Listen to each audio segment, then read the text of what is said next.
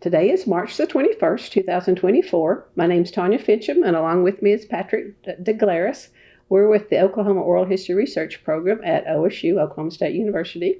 Today we are in Alva, Oklahoma, on the campus of Northwestern to interview Shirley Zahorsky Lane. Correct. And her son Heath Lane. So thank you for coming today. Thank you. We'll start with learning a little bit about you, and then we'll move into the history of the farm. And then we'll see where that takes us from there. Okay. So start wherever you like. Well, I will be 87 on August the 31st. And just a fun fact about August the 31st, that was the year of the highest temperatures. They reached 120 recorded. And I was born on those days, and Mama always said the hottest day of the year. And I was born on the farm. On the farm, okay. Yes, and named by my grandpa because at my age, if you trace all of the Shirleys in the world, it was always because we were named after Shirley Temple. So there we get my namesake from there. So anyway, I traversed from there to Stillwater, where I got my education, which was my first time actually away from the farm, so to speak, to live. And I remember I was traumatized because I was moved into a dormitory. I had wanted to go to Iowa State, and my brother-in-law said, well, let's go look at Oklahoma State. And he enrolled me before I knew what was going on. And so I got moved into the dormitory, and then soon after, I found out they locked the doors at night. And I called my daddy, and I said, come get me, I'm coming home. I will not be locked in. I had never stayed behind a locked door, and it really bothered me quite a bit. Changing times, as you can see. And so I did my 3 years there, graduated. I was in the first year of Oklahoma State University. It was always Oklahoma A&M, Agricultural Mechanical School. And I graduated in August of that year. And then I took all of my wonderful knowledge and got a job at Boeing Aircraft Company, which was exciting. And I was going to be, because I wanted to be a teacher of early childhood. I love children. I've always worked with children. But there wasn't an opening, so I was in Wichita, Kansas. And I got this job. It was a family friend that hired me. And the thing about the job that was so amazing was that we would type. I was with, let me see if I can remember the one outfit. It was a key service. There were only 3 of us hired in that individual. But we were in this huge room with all the typists. You know, there must have been 40 of us. And we would type, and they would ring a bell, and we'd get a break. We'd have to try and get a cup of coffee and run to the bathroom. So we learned quickly to unscrew our thermos and pour our coffee before the bell rang, you know. Well, that lasted from September to December, and I got a job at an elementary school that I dearly loved. That was my first teaching job, and it was a wonderful job. I loved every bit of it. And then I moved from there to Wichita Falls, Texas, and I quite enjoyed that. I had a roommate at Oklahoma State University. My roommate was Randy Hapgood, and she lived on this big, huge ranch in Texas, Henrietta, Texas. And so they invited me down there, and I took a teaching job at the Air Force Base at Wichita Falls, Texas. And that was like 2 different worlds. When I left Wichita, Kansas, the strange things, the aircraft company had taken a huge hit, and they were devastated, and everyone was leaving town. They were closing all the aircraft places, and as I was moving out of Wichita, Kansas, I went downtown to get something, and there were tumbleweeds rolling down the streets. I'll never forget that visualization. And then I moved to Wichita Falls, Texas, and it was just like 2 different worlds. Educationally speaking, they were quite impoverished, you know, in comparison with Kansas. Kansas, I got everything I wanted for my classroom. And in Texas, they gave me my first day of orientation. They gave me a stack of papers and everything. At the end of the week, I went back to get some more and was told that was it for the semester. And I'd used it in 1 week. But it was at Air Force Base, and I was told by one of the officers that there's a difference in officers' children and playing other children, which, of course, I didn't care for that situation at all, because all my kiddies are to their needs, whatever. So I loved being in Wichita Falls, and I still love Texas. I met my husband there, and that was good. And then we left Wichita Falls to go to Denton, Texas. I was working on my master's in speech pathology, and my husband was taking his master's in theater, and I worked at the Dallas Center. My goodness, now all of a sudden, the Dallas Clinic, right on the main street. Oh my gosh, all of a sudden I've forgotten the name of it. But I did the clinical work in speech path, and I loved that too. And then my husband took a job, and we went to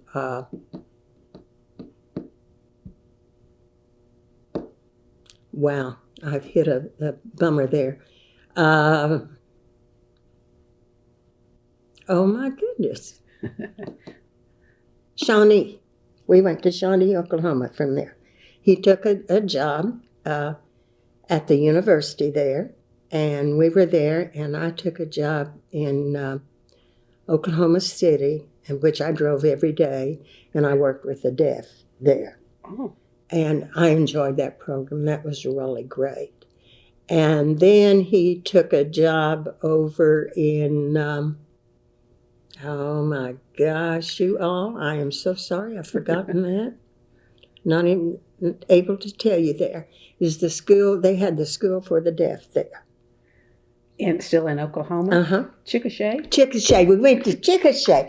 Oh my goodness. I'll have to tell you that the night we got there, our moving van had not moved our furniture yet.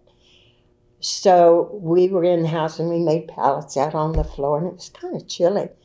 But all night I heard rain. I mean, it just rained all night. And I thought, oh my goodness, what a mess we've got to start. Got up the next morning. It was just clear as a bell. And I thought, what is going on? Well, it rained again the next night. And I thought, this is crazy. At night it's raining so much. Well, I discovered that the trees in the back, when the wind was blowing, that it made the rain sound. Oh, I love that. That was the trees with the balls that come off that everyone hates. Sweet gum? Mm-hmm. Sweet gum trees. So my husband and I love sweet gum trees. So in our wisdom, when we moved to Stillwater, we planted 2 huge sweet gum trees. Then later found out that he was allergic to them. but anyway, those sweet gum trees. And so we left there, and he took a job at OSU. And so we kind of made a circle around through that. And I've left, I'm sure that's pretty sketchy, but anyway. So that's about there. And then how did you end up in Arkansas? He took a job down at Magnolia, Arkansas, and he set up a radio station there and a TV station. At Southern Arkansas University. Yeah. And by that time, we had the boys, and we were there, and I worked for the state at that time. They had just closed the institutions for kiddos that they had in the institutions, and they were setting up group homes. So I was in charge of that district. I had El Dorado and Magnolia. Thank you, honey. Magnolia, and went all the way up to DeQueen and through that area. I had that region. That would have been in like the late 70s, early 80s, in there somewhere? Yes, late 70s, early 80s. And then he took a job up at Arkansas State University. and that took us back up there. So it was, when you're in higher education, you move up, which I hated. I didn't really want to leave Oklahoma or farm in Oklahoma. That was a wonderful thing. I planted 400 rose bushes there. On the farm? Mm-hmm. They At were the shrub 40 farms. acres outside Yeah. of Stillwater. Oh, Stillwater. Yep. And we planted a little Christmas tree farm. The little boys used to go out. I'd give them coffee cans, and we'd haul water out, and they'd take their little coffee can of water and water the trees. And we loved it. I loved it there. But so that's where we ended up at Arkansas State. And then I started from that point. I always felt like, and this relates back to my mom and my dad in my childhood, I always had a dream that I wanted to do, and I felt like I knew everything about early childhood. I mean, I felt like I was at the top of the mountain and I knew what had to be done. So I finally convinced the superintendent of the schools in Paragould to let me go to this conference at New Haven at Yale in Connecticut. And I teamed up then with Dr. Ziegler from Yale University. And through him and his influence and through my persistence, we set up the schools of the 21st century in Paragould. And I had, I'm trying to think, 4 schools that I was in charge of, and it was an entirely early childhood program. And it was wonderful because I wrote a bunch of grants, got a bunch of money, and we took care of the kids' early childhood and those that were handicapped, and we had an after-school program, and we had counselors hired. We hit every area, and that was so rewarding. It was a wonderful program. Then, unfortunately, my husband had a conference in New York, and we went to New York, and he got sick, and he died, and I just didn't want to stay there anymore. So I moved to Silent Springs, and they hired me. I didn't want to stay there, and they thought this was such a good program, and they came over and persuaded me to come to Siloam Springs, and they flew over and convinced me, and I went back, and they thought, this is a great place. So they thought that I would do for them what I had done in Paragould. Well, Siloam Springs was quite different. I couldn't get my grants funded. I got 1 or 2 funded, but not big time because they really didn't need it. They really did not qualify, for it. So that's where I ended up teaching my career. And then I had my mother with me. My dad had died, and I had mother. We had moved her over to, when we were still over at Arkansas State, and I moved her to Siloam with me, and then I just retired. I thought I retired, but I did. And then my mom passed away, and I remember sitting there. It was really funny. I remember sitting in the living room at night, and I thought, okay, Shirley, for the first time in your life, you're going to go where you want to go. Where do you want to go? Well, I don't know. Where do I want to go? And I had a map in front of me, and I'm going, I think I'm going to move to Colorado. And I made my decision. I'm going to do that. The telephone rings, and my son that was living over at West Memphis with his wife, she said, are you going to be home tomorrow? My son, Sean. I said, yes. And she said, well, Sean's got an interview there tomorrow. So I never made it to Colorado. They came, and they had a baby girl, and so that was my next calling right there. You had all the training. I did. And the interesting thing about it, no matter how much training that a mother-in-law has, a daughter-in-law just doesn't appreciate all that training. I feel you. Do Yes, you? I feel you. Yes. So anyway, that kind of, sorry about that, son. That kind of brings us up to date there. And Okay, then we're going to So- back up then. Since we're up to that Okay. level, let's back all the way back to Tacoma okay, let's and do that. being birthed on the hottest day of the year. Hottest day of the year. And you were the baby I was the youngest of three. of three. Yes. Okay. And it was, I've just got to tell you that I think my whole life has been colored very dramatically. I don't mean a little bit. Very dramatically about my life on the farm. I Okay. mean, the independence, the freedom. I mean, we had freedom to do whatever we wanted to do. And we would do things that I know the dear Lord watched over us because we should not have made it through, but we did. Like what? Okay, one of the more interesting things that we used to do when the pears would come on the pear tree, Daddy had, we called the big orchard and the little orchard. In the big orchard, we had a pear tree. We'd get those green pears, and we found a place. Eagle Chief Creek runs through our farm, and that was my playground. I loved Eagle Chief. So we found a little gully down off of the creek, and it had this wonderful clay mud in it, you know, and we would play down there. So my oldest sister, Betty, we were all avid readers, but she, of course, was the oldest, so she read higher things, and everything she read we had to try.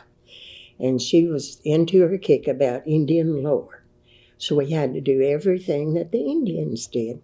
And we would roll the pears in that clay, and then we'd go down there.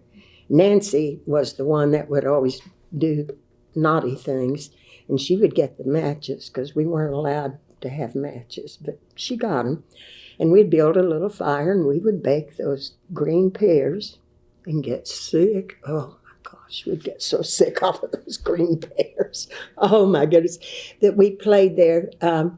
That summer we played in that little place all along, and it was so much fun because I was always short and short legs and everything, and the mud was so much fun.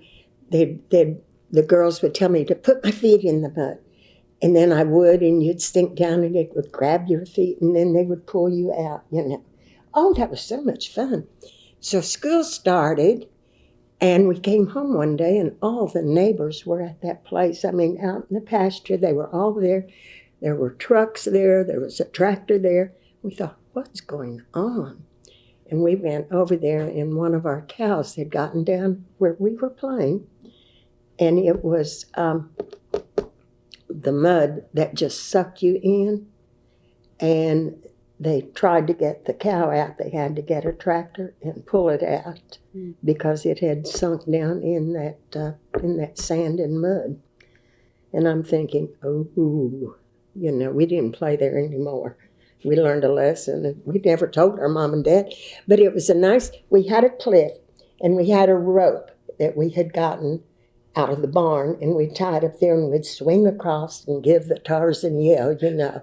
It was so much fun. We had a wonderful time, and that's just part of Eagle Creek that just made us what we all were, very independent, full of freedom. One spring, it rained so much, and we were down the creek lake, and here comes a canoe, just down. Someone didn't tie it up, and here it came. So all that summer, we would go up and down the creek in a canoe. It was so much fun. Then school started, and we forgot to tie it up, and it went on down, so we lost that. But we had a sand barge down on the creek. We had a sand barge, and then the deepest part of the creek was just off of that, and we'd come up on the sand barge. Where we used to have races, we would get the big clams, and we would set them in a thing, and then we'd chalk them to see how much they'd go through the day, to see whose clam would win the race, you know. And then the cousins, my mother had a sister that had 12 kids. My daddy had a brother that had 12 kids, 11, 12. And they would all come, and we would just play like crazy.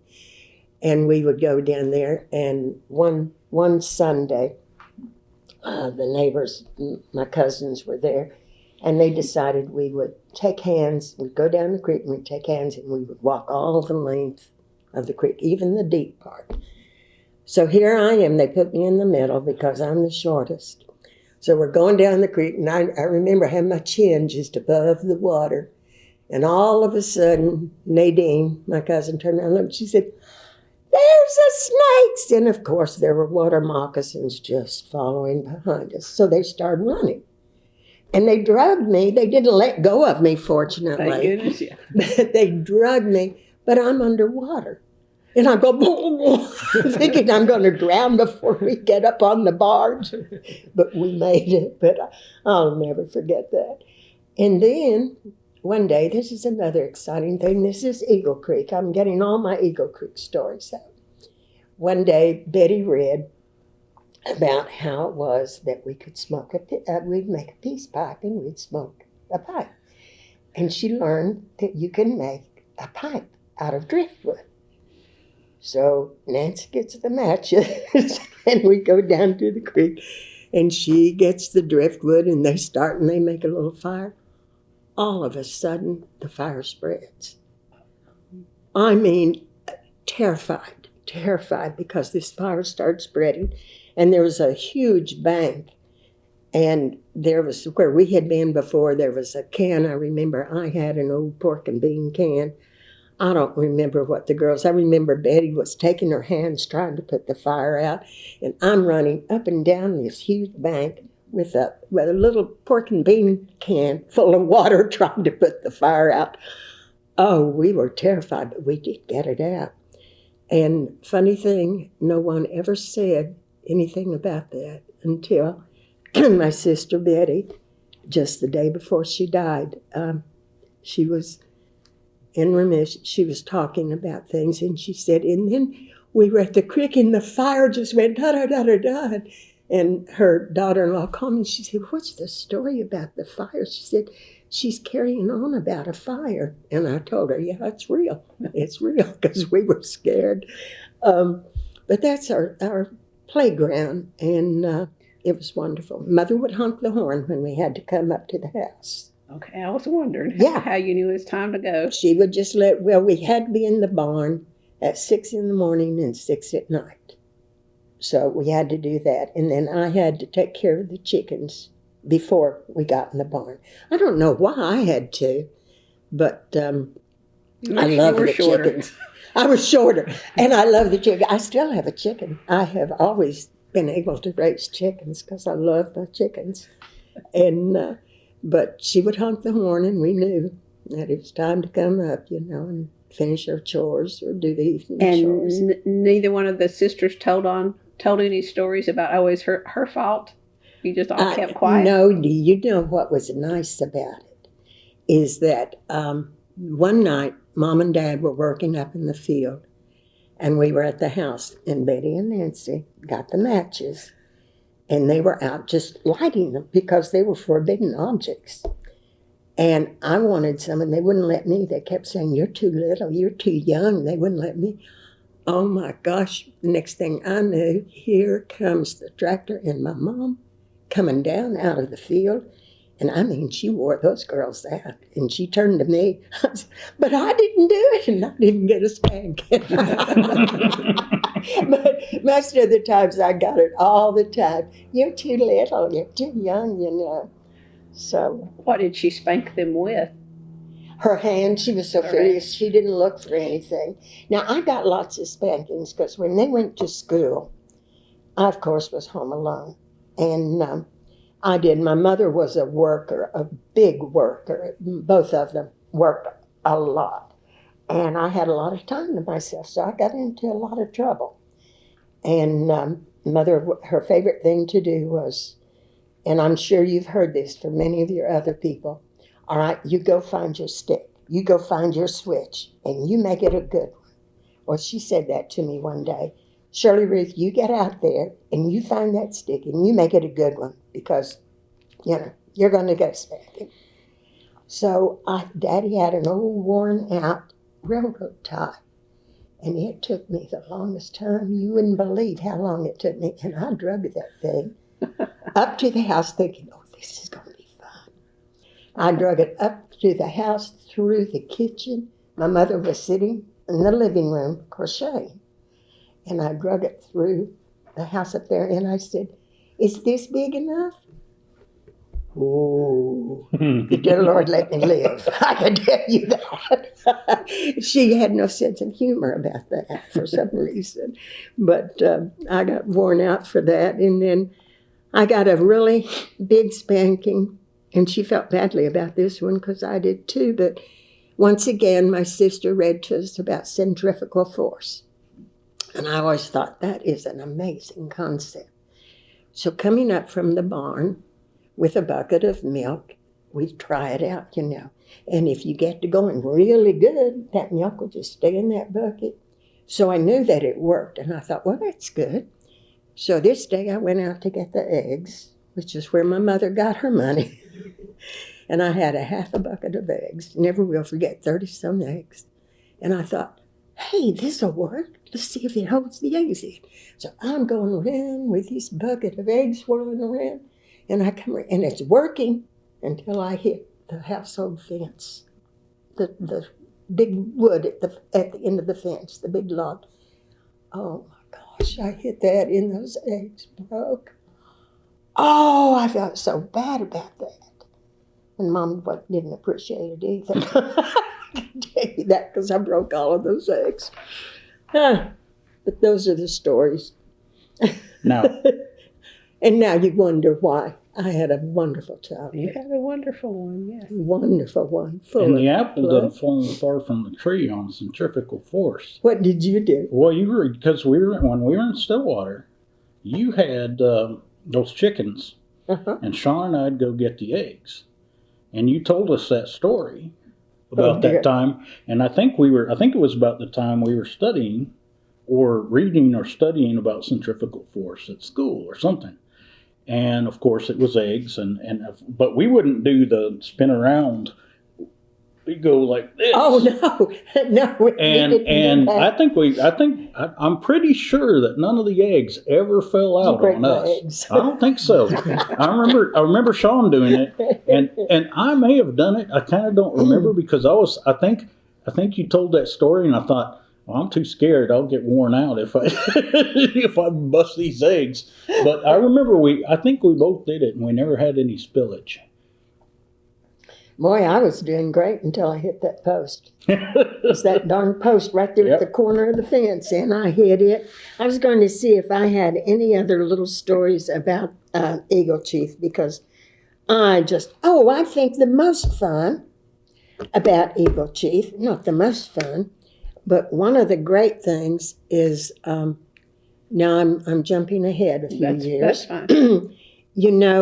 You probably know that we had the concentration of war camp here in Alva. We were thinking about that you probably did, but we didn't know much more about it. At one time, there were like 5,000 Nazi inhabitants there. Well, Daddy felt sorry for the young men that were on patrol, that they patrolled the base. So he would come up on weekends and check out, 3 or 4 young men, and he'd bring them to the farm so they could experience a family life. Well, we were young and we thought, this is the most fun you can imagine. We'd talk them into things. They didn't know, they were city boys, and they didn't know anything, so we'd get them out in the barn, milking time, and accidentally squirt milk on them, and do all kinds of things, and they were just enthralled about everything. Well, we talked this one group this one night. We had a huge tree that had fallen over Eagle Creek. And, it's down. We've got the bluffs, up on both sides, and we're down. And this tree had fallen over. Well, we were like mountain goats. We, had run. We were always barefoot, and we could run across that tree blindfolded. So we talked them into going down and daring them to run across the tree. Boy, it was so much fun. One after one, it would fall in the creek every time. And that was again, our play school was down there at the creek. So That was lots of fun. And the creek wasn't very deep, though? No, it wasn't. In that portion, it wasn't deep at all. They just got soaking wet, and embarrassed that we could run across and they couldn't. And it was fun having them there. My mother played the piano well. We all played the piano. I said I learned to play the piano by the yardstick because Mother would stand there with the yardstick beating out the time, getting us to play the piano. But then the guys would come and Mama would always have the music and Daddy would be making homemade ice cream and we'd feed them and had just a good time, Did you sing as well or just piano? Oh, of course we sang. We sang, and it was always the entertainment. When the cousins came, we were always there singing and playing, and we had enough kids that we had a softball team, and we could play. We had enough that we would play softball, and then we did hunting a lot. We did a lot of hunting, and it was a rule that what you killed, you ate. And you didn't kill anything you didn't eat. That was it. What you killed, you cleaned and you ate. So that was just, one of the rules and part of the fun. So since you raised chickens, were you the one responsible for harvesting the chicken, for lack of a better word? Was it you or who in the family did that? We all did. You all took? Mother raised little young chicks, and when they got to be 3 pounds, she would get 100 at a time. And when the chicks got 3 pounds, she would raise them. And she was thought in the neighborhood to be extravagant because everyone let their chickens. But Mother said, no, young chickens. So we would have to go out, and we each had 33 chickens. I don't even know if that makes 100, but we did, and we had to kill them. And you didn't think, this is strange, you didn't think anything about it. You killed the chickens. And you cleaned them. And you dressed them out. Well, interestingly enough, later on, when we moved to Stillwater, I realized that I needed to get rid of a few chickens. And I thought, well, I'll go out and I'm going to fix fried chicken for the family tonight. I went out, and that was the last time I ever killed a chicken. I just could not, just that number of years off of the farm, I couldn't do it. It was horrible. I finally managed. I kept saying, my boys have got to eat, my boys have got to eat, I got the chicken killed, but that was the last time I ever did that. But we always had to dress out the chickens and get it done, and you don't think anything about it. That's your job, and you do it, Now, So I was laughing before you went into the chicken story because you were talking about when you would go hunting. Yeah. As a girl, that whatever you brought back, you had to dress out and prepare and cook it, and you ate what you got. True. How about that story about the snake? The snake in the well? No, the one where you were out hunting. And you got the snake that one time, and you thought, oh, this will be fun. No, snakes were never fun. Yeah, but I thought you were hunting one time. You got a snake and you brought home, and Grandma made you dress it out. And not with a snake. No. I thought that was a story. No, Okay. No, right. I can imagine. A funny thing about a snake is that we had, right out our kitchen door, we had a well. And we had 2 wells that furnished the household. And this one was one that we didn't use. Mama didn't like to use the well. She would get the water up, maybe for the washing or something like that, but we didn't drink that water. But one day she went out to get some, just stepped out to get some water, and she yelled. Daddy was gone harvesting. And she yelled, there's a snake in the water. And she said, it's a big one. She said, girls, get something, and I'm going to get the snake out of the well. And when it gets out on the ground, you all take care of it. So we all grabbed a tool of choice, And I had a bat, and one of my sisters had a metal rake, Well, she got that snake out. She pulled it. It was huge. I mean, we could see it in the water. It was the biggest snake I had ever seen.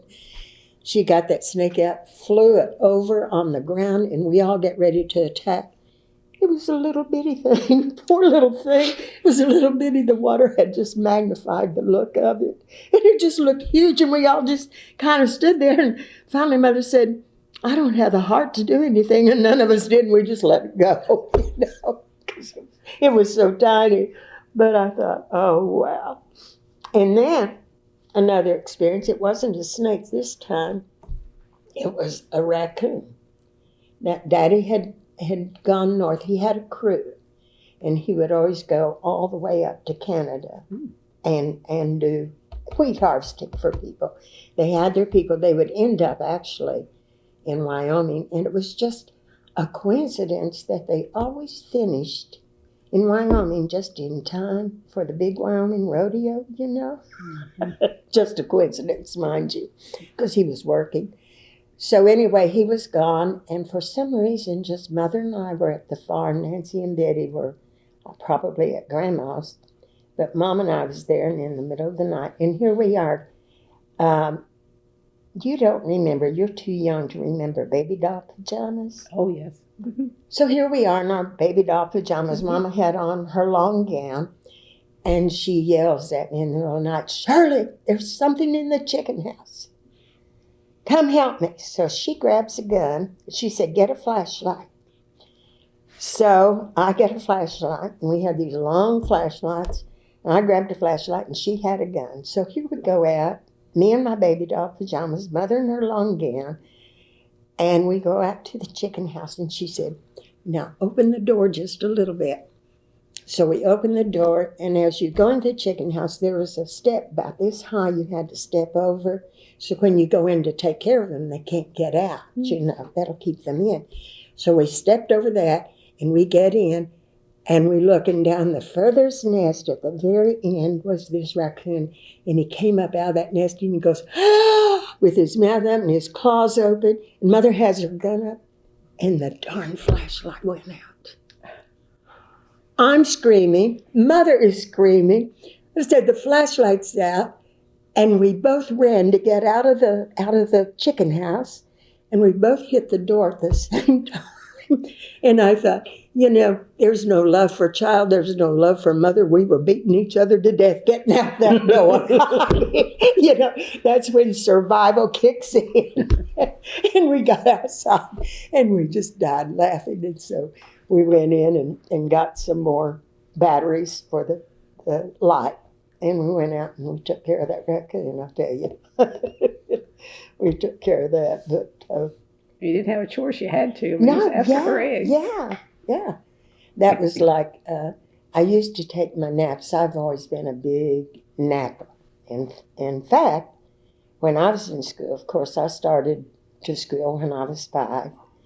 And in the afternoon, I remember I get so sleepy, and my teacher, we had the big desk, the big long desk, and they would always take coats and make a little pallet for me, and I would sleep in the afternoon, at school, because I was the only one in my grade, and they would bump me up to the next grade to make an easy plan, So Mom came one day to school, and there I was, sound asleep on the desk, and she said, oh, is Shirley sick?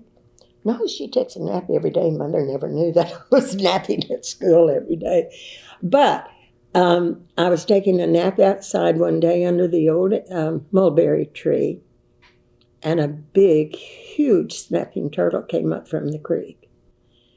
And it was right up there by my bed, and Mother came out to check on me, and it was right there by me, which terrified her. So then they had to drag a railroad tie to put over it until Daddy got home to take care of it. I mean, it was a huge turtle. I'd never seen one like that. Haven't seen one since, out on the place. But that was another frightful experience for napping time. Well, then, since we're talking a little bit about napping, give us the lay of the land for the house. Where's your bedroom and that sort of thing? Okay, we had, at that time, They built on later on. But at that time, we had a 2-bedroom house, living room, dining room, kitchen. Okay. Okay, the kitchen was separate.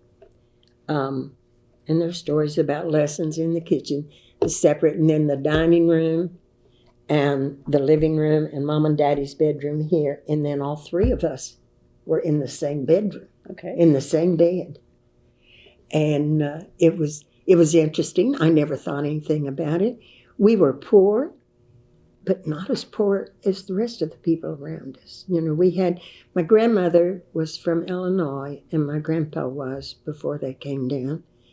And so, you know, I'm sure they helped, but we had that influence, and we never knew that we were poor. Certainly didn't feel like we were, you know. It was such a great childhood. But the 3 of us slept together in a great big bed, and it was a great big brass bed, and it had, you know, the big tall headboards like that, because we could take the headboard, and it was all open, just a headboard like that, and we would grab it and do somersaults off of the headboard until one fateful day when Betty did a somersault and did it wrong and went through the door, and she got in trouble for that. But anyway, we had a great time. And in the winter time, I remember the window was on this side and our bed was here, and we would draw, it would ice up on the inside, and we would draw nice pretty designs on the window, and just thought that was the most fun in the world. And here it was freezing, you know, we were freezing cold. And in the summertime, Daddy would take something like Excelsior, do you know what that is? And he would put over the window, or first he put gunny sacks. That was before Excelsior. He would hang gunny sacks over our window, and then he would wet it down every night. So when the wind came through, we had that air conditioning. And Mama would come in and with a pan of water, and she'd sprinkle us down in the night when it was so hot. Now that's dedication, dedication. And I heard something the other day that I did not know. And back then we were so modern because we were actually, I told Heath that actually we were doing, we had the wind and we had the sun doing the solar, and that's called hanging your clothes out on the line, you know. Yes. Save energy. Yeah. And they were hung out winter and summer. In the wintertime, they'd freeze. But you didn't think anything about it, you know. You hang them out and they froze dried. No. Can you imagine something freeze dried? But you do say, that's kind of a joke, but didn't Grandpa had a series of batteries that was hooked up to the windmill? That's how we had electricity. My dad was a very smart man, and he rigged up a battery system. And of course it had to be done. He had a big windmill that would go. And this was right outside of the house. Of course we had the windmill that would pump the water up for the animals. Mm-hmm. But this was right outside the house. And when the wind would blow and the windmill go around, it would charge the batteries. Well, my dad was an avid reader also. And at night he would come in from the field, and he would have he took Look, Life, Post. Mother took Red Book. And there was another, Harper's maybe, another book. But he would sit down on the floor and he'd spread his newspaper out or his book. And if the wind had blown, he had enough light to read by. And if it didn't, and the batteries were not fully charged, it would just be very dim. So at night, in the wintertime, the nights were long, and we'd start skipping through the house, you know, just doing this and doing that. Well, he had a short temper, and we'd cast shadows on his newspaper, and he'd be reading the house. Almost every night, we'd get in trouble. So what Mother would do is she'd make us go out and run. You know, we had too much energy. You go out and you run to the end of the road and back. Well, it was, a quarter of a mile? Well, is that all the way out to the highway, or just just to the end of the road? To the end of the lane and where it turns? Yeah. Okay. Yeah. Oh, So quarter mile, maybe. we'd have to run out there. Betty would run out there first. She'd run out there and run back. And that was a done deal because Betty was always the good one. She was the good child. Nancy would refuse. And she was made to, though, run out there. She'd cry all the way out, cry all the way back. So I got where, and it's funny, it worked time after time after time, because I would run out there and I'd run back, and there's a little grove of trees right here, and I'd hide in, and she'd bawl out there, crying back, and then I'd jump out and scare her. Oh, it never failed. It scared her every time. And she'd run yelling, Mama, Shirley's scared. It was so much fun. It was worth whatever I got for doing it. And it never ended. That was so much fun.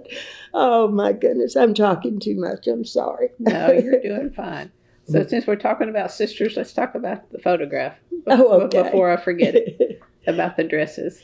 Okay. I always thought, and I teased, I didn't think, I knew better, but I would tease my sisters that I was the pet. I was loved in the family. I said, just look at it, that shows. Well, the truth of the matter is that day, Mama had ordered me a dress out of the catalog. She had a way that it was either Betty's turn or Nancy's turn or Shirley's turn to get her new dress. So she ordered me one, and Mom always made our clothes, so this was a big deal. So she put it on me, and Daddy wanted to take a picture, but about that time, my sisters walked home. We always walked to school and walked home, and they came home, and they're in their school clothes, and so that's why we had the picture. And but I looked so innocent there, but this was before I started to school, and when I started to school, Mama always made us, our first week of school, we all had a new dress every day to wear to school. And so I remember I started to school, and I had my new dresses. Every day I came home and got in trouble because they were ripped, they were torn, they were shredded. I was a tomboy. And I would run, and I'd catch them on something, or the kids would be chasing me and they would grab. So after the first week of school in all my pretty little dresses, I wore jeans from then on. Betty and Nancy had the dresses, and Mama always made our clothes out of chicken sacks. And I know y'all have heard about that, but when she couldn't go to town, we usually went on Saturdays because that was our music lesson and our grocery day if we bought in groceries. And if Daddy had to go and pick out the chicken sacks, she'd always tell him exactly what to get because they had to match, because she'd have to save up and get so many sacks for each dress. And she'd be so mad at him if he got the wrong sack, the wrong print. It was something else. When you say town, what town was it? Alva. Alva. Dacoma didn't have? No. They had a grocery store, the Halton grocery store there. And it's funny, the bank, the grocery store, there was a laundromat, and that was about it. The church. And the elevators. The elevators, sure, there, in and Dacoma. Yeah. Yeah, but that was in a feed store. There's a feed store. I vaguely remember the feed store. And the only reason I remember the feed store is as a young kid when we would go at harvest, a couple of times that I was at the farm, when Grandpa would take harvest and he'd dump and then we'd pull over a couple of times. We'd go in and we'd get a hamburger there at the feed store. That was at Dacoma. Yeah, that's what I'm talking about. Dacoma. Yeah, I was talking about Hopeton. Oh, Hopeton. Okay, sorry. Yeah, on the bank, in Hopeton. Yep, but I was always, on the Dacoma. Yeah. This is during the war days, and Mother had nephews that were about the same age that she was. She was very close to him. And the 4 boys, out of the 5 boys, 4 of them were in the active service. And we would go over, this is at Hopeton. We would go to Hopeton to the grocery store. They were friends with the proprietor of the grocery store. And it was always fun Because in the summertime, when Dad's crew, he would hire these guys to come, they were, quote, city boys, and he would let them have soda. We never had pop. We did not get pop. But when they came, he would let us have an orange pop. And so we would go to the store and get orange pop. We never had candy either, except at Christmas that Mom made, you know. But we would go over there, and the proprietor of the store, we were sheltered, needless to say. We were sheltered from things. He was so funny, and they were friends with Mom and Dad. They'd go square dancing together and everything. He owned this store. And in the little community, there was a deaf man that would come in there.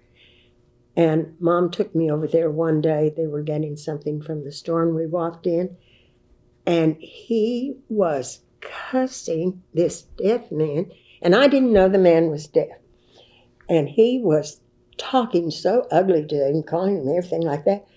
And I remember being so shocked, thinking my mom would do something about it, do something, you know. Well, the man was deaf, and he was just, I mean, it was his fun way of doing it. He thought it was fun. But that shows you how sheltered we were, because, I don't know, you didn't do that back then, so. Well, I had read that when Dacoma was first established, they planted 4 locust trees. Yes. Do you remember? I don't remember the bigness of that, but I think I've heard the stories, but I don't remember that. So your elementary school was close enough to walk? Was it Dacoma Elementary or called a one-room school or what? The interesting thing about our school, it's called Friendship. And it was a good almost 2 miles from our house, almost. And we walked it. We would walk up to the first corner, which was almost a mile. I think that was a mile. And then the Paris's lived there, and they had a boy and a girl. The boy was awful. He was mean as a snake, and he would always pull. I had long curls, and he sat behind me in school, and he would pull my curls, trying to get them in the inkwell. We had inkwells, and he always threatened to get my long curls in the inkwell. Well, he was the meanest kid going, and we would walk home, and we'd get to his house, and he'd say, "Come watch me throw the cats off of the roof." Well, he knew that would get us going. Oh, my goodness. This is quite a tale. And he was so ornery. And one night we had PTA, and we were all at school. Well, when they had that, all the parents had their meeting inside the building, and we could play outside. So we were playing outside. So he'd come up and hit me or pull my hair, and then he'd run into the boys' outhouse. And he did that about twice. And I got really mad, and I went in after him. And you know, this is the power of your anger. I drug him. He was a little bit bigger than me, but I was strong. I drug him from there up to the school, up to the building, and it was a gravel path. Oh my gosh, his mother got mad, of course. He was scratched up pretty good. She got mad. Mom and Daddy, I had to go up and apologize. And they wouldn't speak to my mom forever because I was such a brat, and I was. But he didn't bother me that much anymore. But I've got to tell you, he grew up to be one of the nicest men you would ever have around. He just was ornery as a kid, just definitely nice, you know. Well, you may have been the turning factor. That was the one time. And you know, you do things, as one of the regrets I have when we were in school there. We had a family that's well known in the community, so I won't mention any names.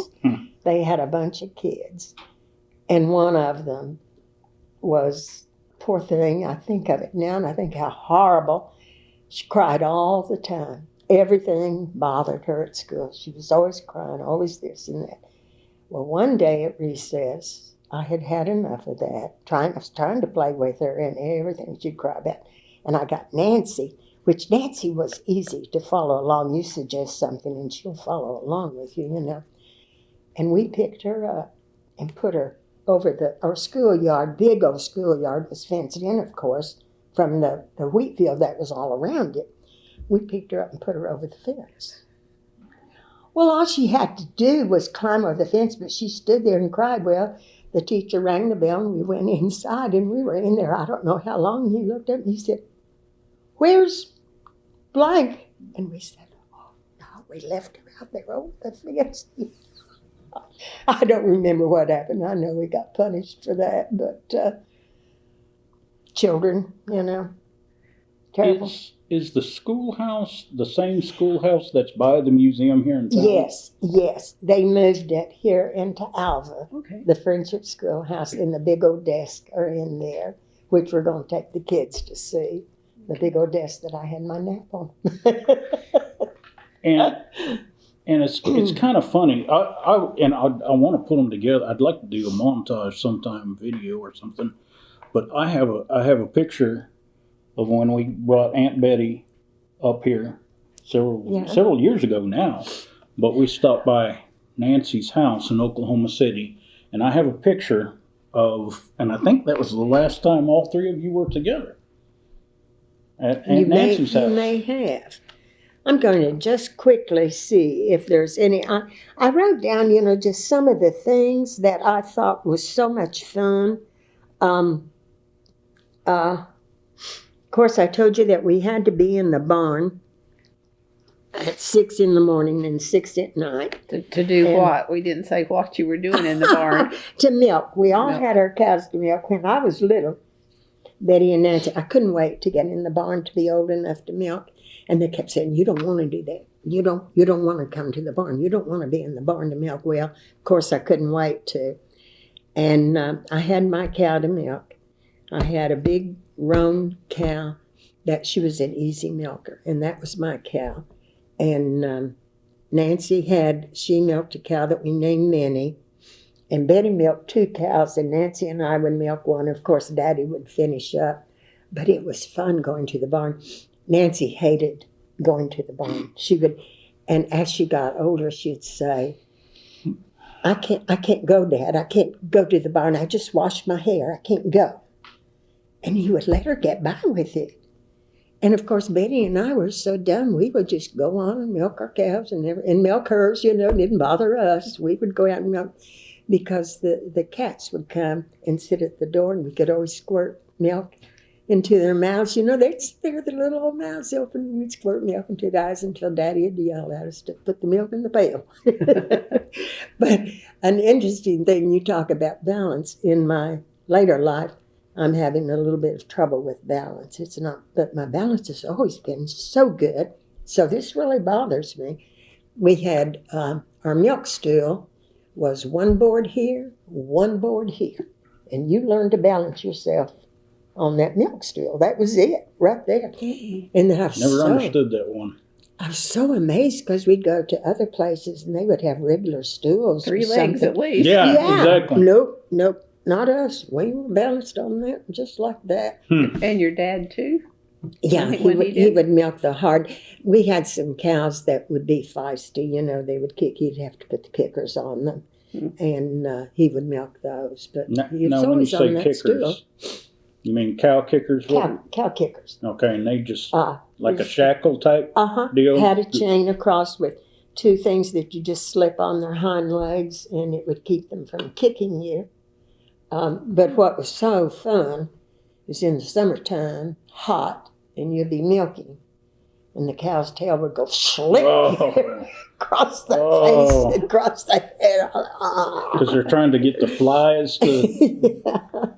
Oh, mercy. But I can still, they talk about memories of senses, of the essence of something.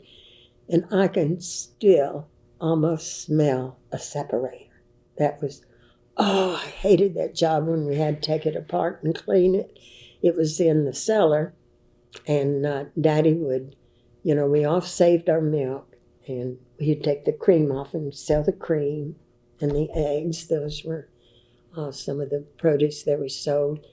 But that separator, No. would on a hot day, even though the cellar was cool, it would still just smell. Now, when you say cellar, you're talking about separator.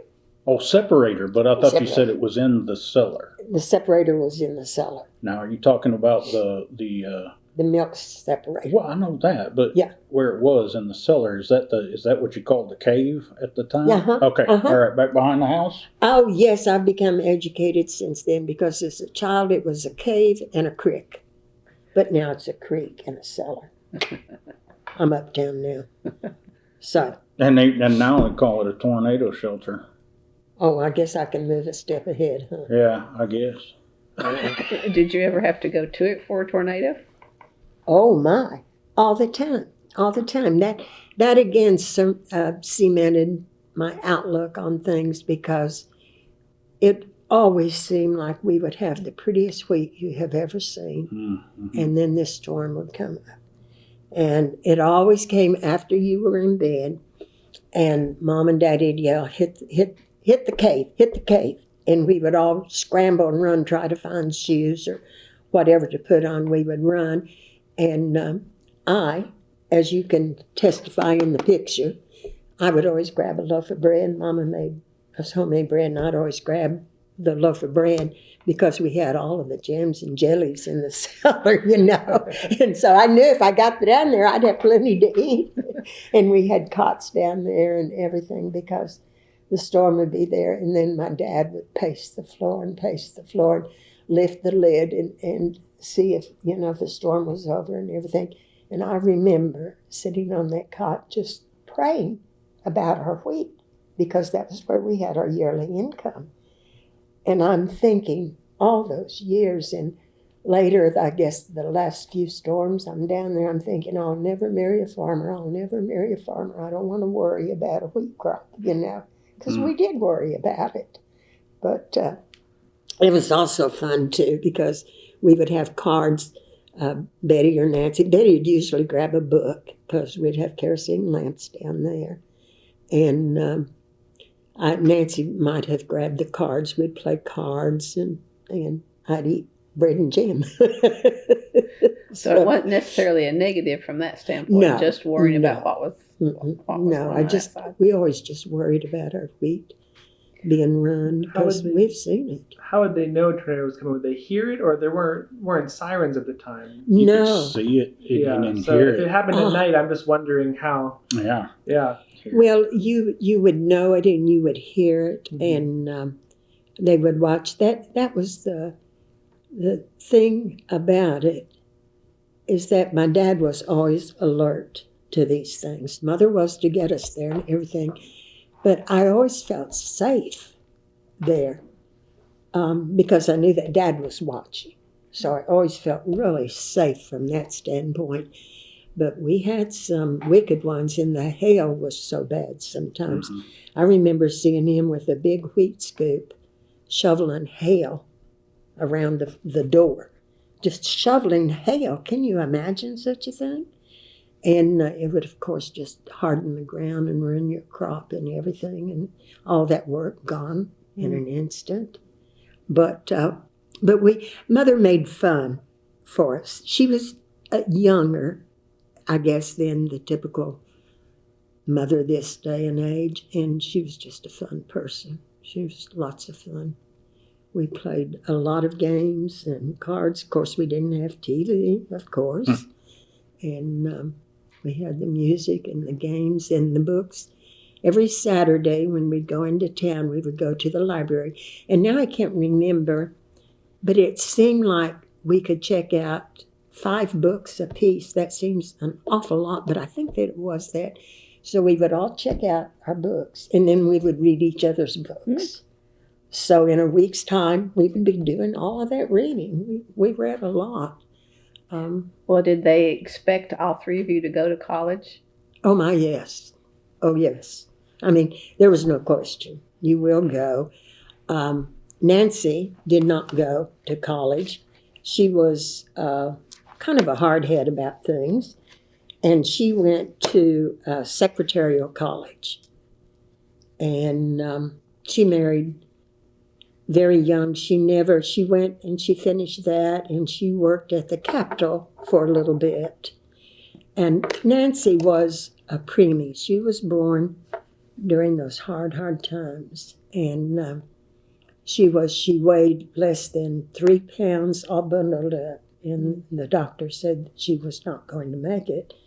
And Mom and Daddy, she was born in Alva, and Mom and Daddy took her home.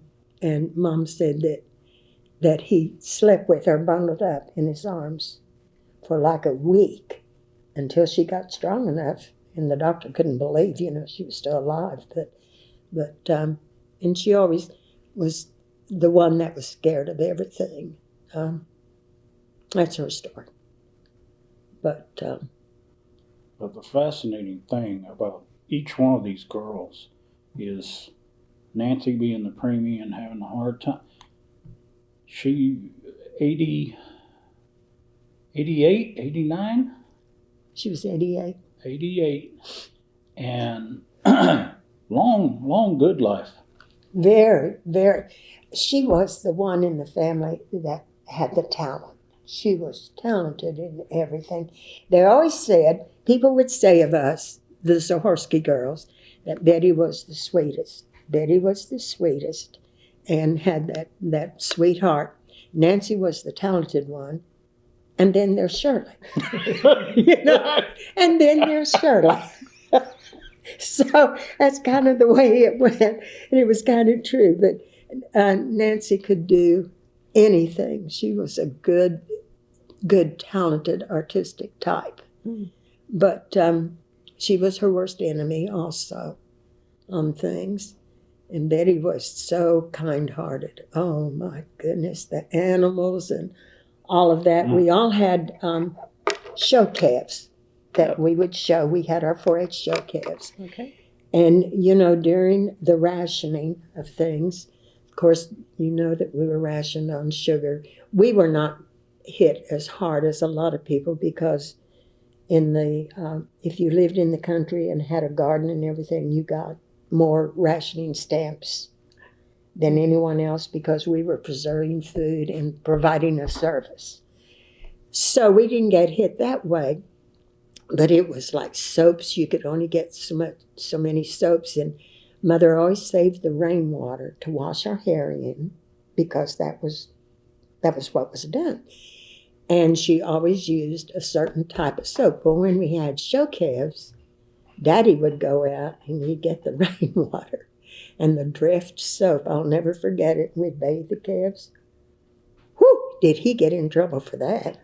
But we had our show calves, and I was so naive and so, well, there's no other word for it than dumb, because we would take our show calves and we would show them, and then, people in the crowd would be yelling things and bidding things, and I never paid any attention to that.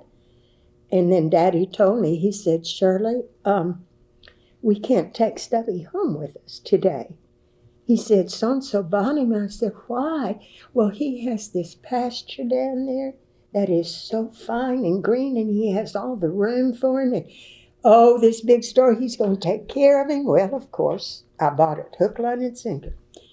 Then, to celebrate, the next week we went to Pangburn's restaurant, opened the menu, 4-H clubs, calves for sale, hamburgers, 4-H club calves. Oh my God, I didn't eat meat for the longest time because that's the first time it dawned on me. Why my connected the dots that day. I'd rather it stayed dumb. But anyway, silly things. Things you haven't heard. So your dad, did he have off the farm work, or was the wheat harvesting his main source? Well, he loved the wheat, but he loved his horses. He had horses. My daddy was a fine horseman, and there's another story about his Arabian horse. He came home one day, and he had bought an Arabian horse. I'll never forget it. And he came. I remember seeing him on this horse coming down. This beautiful, beautiful horse. No telling how much he paid for it. And he was on that horse. That horse he would come down sideways. I never saw his feet touch my daddy tall and up there and everything. Well, we had this Arabian horse that he loved, and he would break horses for other people, and train horses and so on and so forth, and trade horses, and he did all of that. And he loved his horses and he loved his wheat. He didn't like anything to do with chickens, anything to do with the pigs, anything to do with the calves. He did because he had to, but he didn't really enjoy that. And then later on, when I was university age, a couple of the fellows around started painting, and he would go and paint sometimes to make some money. He'd do some painting. He'd do whatever had to do. And when we were in high school, Mother would keep track, and when any of us needed anything, it's interesting. The financial part of it is she would say, Harold, so-and-so is going to have a new outfit for this, whatever was coming up that we were in. And he'd go sell an animal, a calf or a cow. And that would be the money for that. And then I'm trying to think of what year it was, which my mother always said was the downfall to the American person, was Daddy and my great Uncle Henry in Great Bend, Kansas, died, and he had an oil well, and Daddy got an inheritance off of that, and that's when he got his new combine. He spent everything on the new combine and the new tractor, and which was way back. I must have been probably 6 or 7. It was probably right after the war when that happened. And he had that extra income there. But that's what he did. And did your mother work off the farm? No. She had her eggs, and now she would sew for people occasionally. My mother was very gifted, and she could do everything. The women back then did everything. And she might sell a dressed chicken or something like that, but no. And then she would go sometimes over to her sister's place. They had a hatchery in Cherokee, and in the spring when they would cull all of the chickens and, sex the chickens and everything, she would go over and work with them for 2 or 3 days. And that was funny because she would tell, I was the one that was affected by that. It didn't seem to bother Betty or Nancy, but I was really affected by it. And I would ask her why she would do that, because she'd be gone for 2 or 3 days over there helping them do that. And she'd say, but Shirley, I can get you this and that. And I remember saying, but I don't want those things. I just want you home. I love the farm, being there. I remember I have a couple of Mother's diaries, and I have in there one of the times they were looking at Dr. Answer's house in Hopeton was up for sale. And Mom and Daddy were looking at it. And I remember crying for a day, at least a good day and a half on it, until they decided they wouldn't do it, because I couldn't imagine leaving the farm to go in that big city of Hopeton. I couldn't imagine that. No, but what? I remember. I called her Nana because that's, and I kind of forget the story. I think, did Sean come up with that term, or did I for your mom? I think Sean probably always did. Called her Nana, and I remember her later. I must have been in high school, and we were in Arkansas, and she said, I always kind of wanted to be a painter. Because she said Grandpa would go paint, like you said, and she said, I loved painting. She loved the working the brush and everything. But something also funny that she said was she couldn't go out and get that job because she was at the farm, and it wasn't. And I don't know if she was saying like women couldn't go out and get the job as the painter at that time, or I never could quite piece it all together. If it was like just because there was too much to do at the farm, or if it was not the thing to do during that time period, or I think it wasn't the thing to do. But Mother did love to paint, and we painted the house almost every summer. We would paint the entire inside of the house. I remember one time she got up and she said, girls, we're going to go to town and get some paint. I want the kitchen to be yellow. So off we go to town to get paint. I wasn't in high school, so I was still elementary, still in the country grade school. And we went to town. She got her yellow paint, and we painted it. And in the afternoon, she said, "I hate this."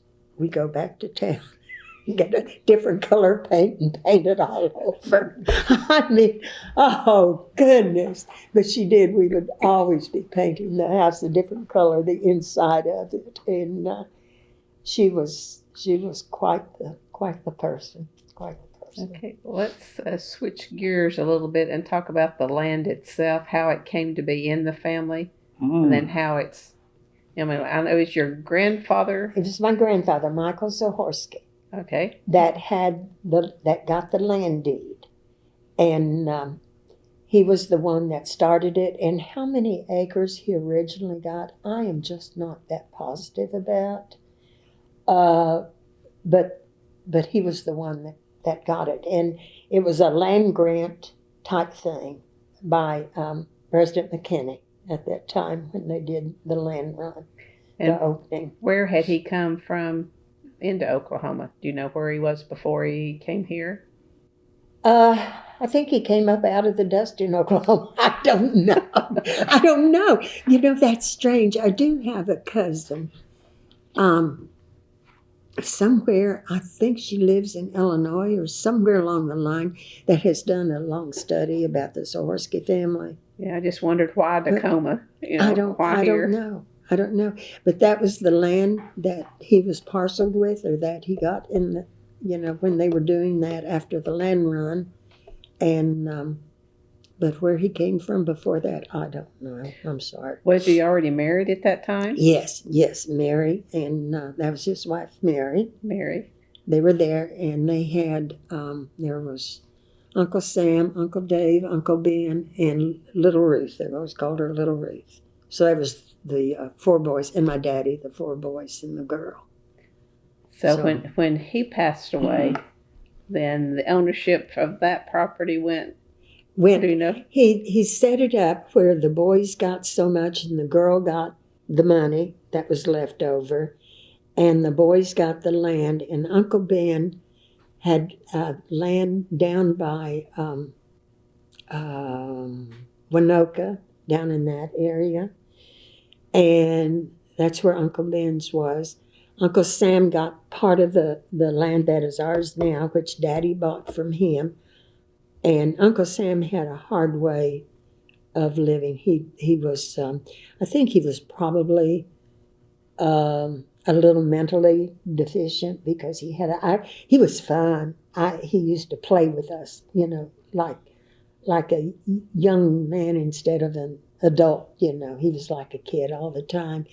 And Daddy bought his, and that's how we got the farm there.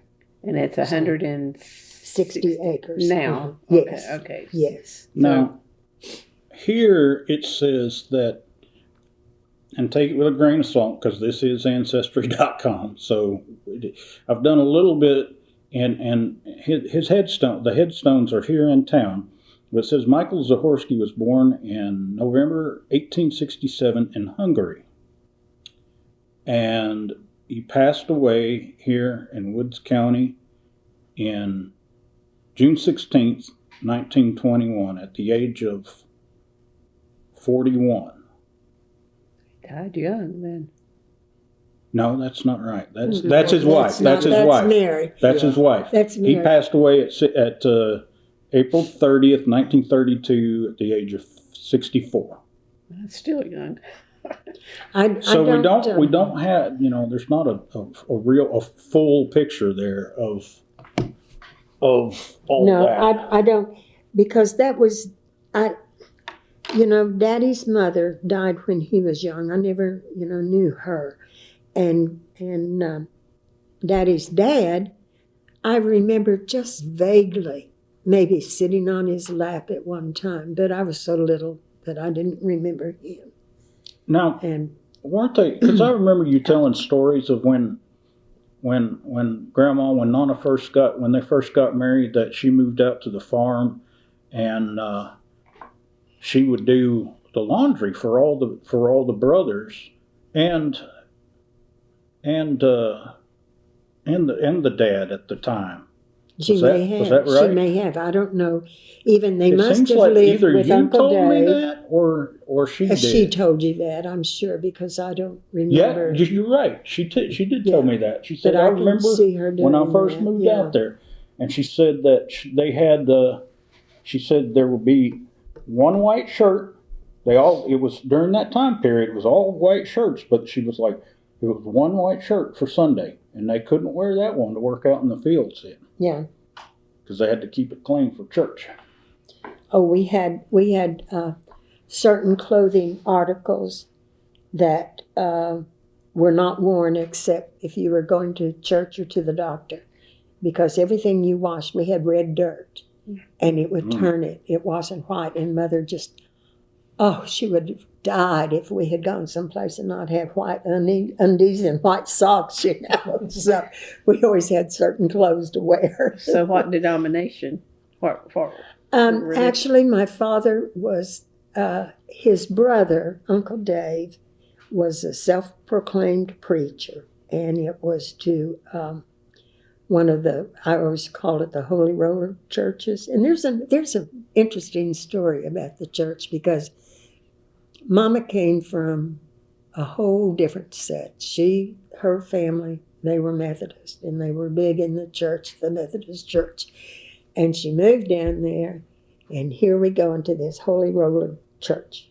Are you familiar at all? Yes, I have a vague. I don't know if Patrick does, but. Well, we were in the church Sundays and Wednesdays and prayer meetings and revival. And I always said Nancy was the scaredy cat in the family, but they scared the heck out of me. And but we went, and I'm sure I cried and refused, to go, which did not get me anywhere at all. But one of the ladies, my sister Betty, had been ill, and she had a horrible cough. And we were in church one Sunday, and one of the ladies made a remark to Mother about, didn't she know how to take care of her daughter that had this cough? We never went back. That was my mama. That was it. You don't say anything about my kids, you just don't do that. We never went back. And then I remember that they were having a revival in Hopeton, and Daddy took us over there, and I thought in my mind it was going to be a circus. And we got in there, and they had all the seats, and they had this big tent and all the seats set up and everything. And I turned in a loud voice and I said, "Oh, Daddy, I just love the circus." We left, and we never went back to another revival. So that was pretty pitiful, but I was scared to death. I'm an Episcopalian now, and I like any time any preacher that I go to another church. I won't tolerate above voice. I won't tolerate any of that nonsense. I just can't. It made a big impression on me when I was young. Okay. Like that. So from your grandparents, then the property came to your dad. Yes. And he chose to live on it. Yes. And then when he got married, she came down there. Came. Uh-huh. Okay. Poor thing came down there to a house, and I guess from where? From Alva. Oh. Alva. She didn't have to go to. Okay. No. But what I'm saying is that she came from, in comparison. Okay. My daddy was very poor, and Mother's family was kind of affluent. The Shedd family, and your cousin has it going back to France. The Sheds. Yeah, there's a long history there. Yeah. And it's interesting. I always thought of Mother as a young bride, going down there. And it was just men. There hadn't been a woman around. There were the brothers and all of that. And she went down there. And then had 3 daughters. So and the scales tipped. Uh-huh. Yeah. Mm-hmm. And Daddy, I was telling someone this morning about it, that when we would get ready to go, particularly to go have our music lesson or wherever it was that we were going, I remember Mother yelling at Dad, Harold, I can't get them all ready at the same time. Help me out here. And he'd say, tie Shirley's sash, because we'd have these dresses, a great big sash, and he'd go to tie it. And he was a big, strong man and not delicate at all, and he'd rip the ties out of my sash, and then that would be a whole big thing, finding another dress, And he just was a man's man, That was it. And Well, that I was was interesting. wondering about Yeah. that dynamic, because you talk about, he had 3 girls, so you all had to do all the farm work. There wasn't boys do this, girls do this. So Yeah. was there, I'm just wondering about that dynamic. He grew up with mostly boys. He had Yes, one he sister. did. So is there anything about that process of just like being a girl on the farm? There's no boy to do the work. Your mom coming from the city. Is there this kind of debate of what we should or shouldn't be doing, or? No, it was the job is here. It's to be done. Mm-hmm. Now, when I was university age because I was home for the summer, and so this is how long. And my daddy's ideas of things. I remember he was out working on the combine, and he yelled for some help, and I went out to help him. And the reel on the beginning of the combine, he was trying to set it up, and he said, "Shirley, you've got to hold this up here."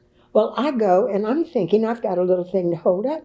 Well, it's the damn reel I'm holding up, and I'm holding it up, and he's trying to work on it to get the screws in or whatever he was doing. And I feel myself sinking. About that time, Mama walks out, and she screams at him, "Harold, Shirley's gone down," and I'm just sinking holding this thing. So, no, he had no concept. You're out here, you do this. And we plowed. I remember my first job plowing. I plowed all summer for one of the neighbors.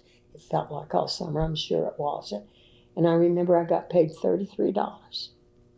And I remember I was embarrassed because Mama made Daddy come over and put an umbrella on the neighbor's tractor so that I didn't have the sun on me all day long. And I was embarrassed because the farm boys would make fun of me then because I had to have an umbrella. Shirley has to have an umbrella, But no, we did the work. Well, now they have air conditioning, so they can't say anything. Oh, I know. Isn't that something? Oh, such weaklings, such wussies. Didn't have to even, and he still had some of those tractors I used to ride. And it was, looking back, it was not now he's so dangerous. But I'd stand right there on because the shaft was right there underneath the seat.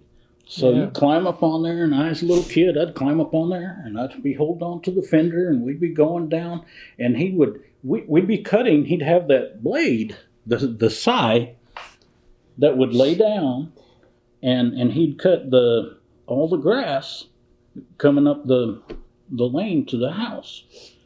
And the safety speech was, now the scythe, and because the scythe would go down on the right hand side. And he'd say, "Okay, now you get over here on the left-hand side and you hold on tight." And that's the safety speech. You got to hold on tight. And the side's going, and and it's going back and forth. And I'm just thinking, later I thought, wow, that could, yeah. He didn't suffer fools well. He told you once, and if you didn't have the smarts to take care of it. We kind of skipped over the Dust Bowl days. Okay. Oh, yeah. Sure. I came along at the end of it, but one of the memorial things to me about the Dust Bowl days, of course, I remember the crops not being as what they should be. The gardens were not good. It was just dust like everything. Mother would roll up towels and put in the windows because the dust would just seep into everything. And she would, every night, she would wet wash the linoleum in the kitchen and the dining room. That was always washed every night because the sand would just come in. And we were sent to school. She would have Daddy's big white handkerchiefs. They always had to be his white handkerchiefs and the big ones. And we were always sent to school with that. And then when it would start, probably around 10 o'clock or something, the wind would whip up. We would have to wear the white handkerchiefs around our face.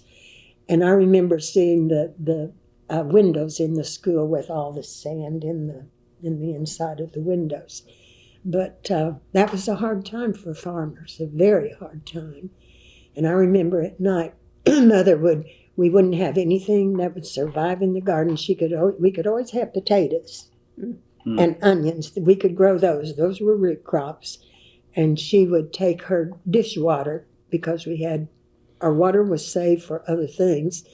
And she would take dishwater and go out and water the plants after we did the dishes. She'd water it with the dishwater. Wow. But at night we would have fried potatoes, onions, and eggs.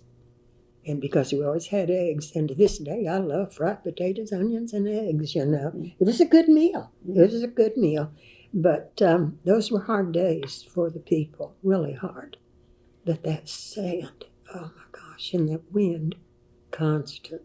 Anyway, I wanted to digress and throw that in. No, that's fine. And it's when everyone was figuring out why that was happening. Yeah. Did he do certain measures on the farm to They did. help?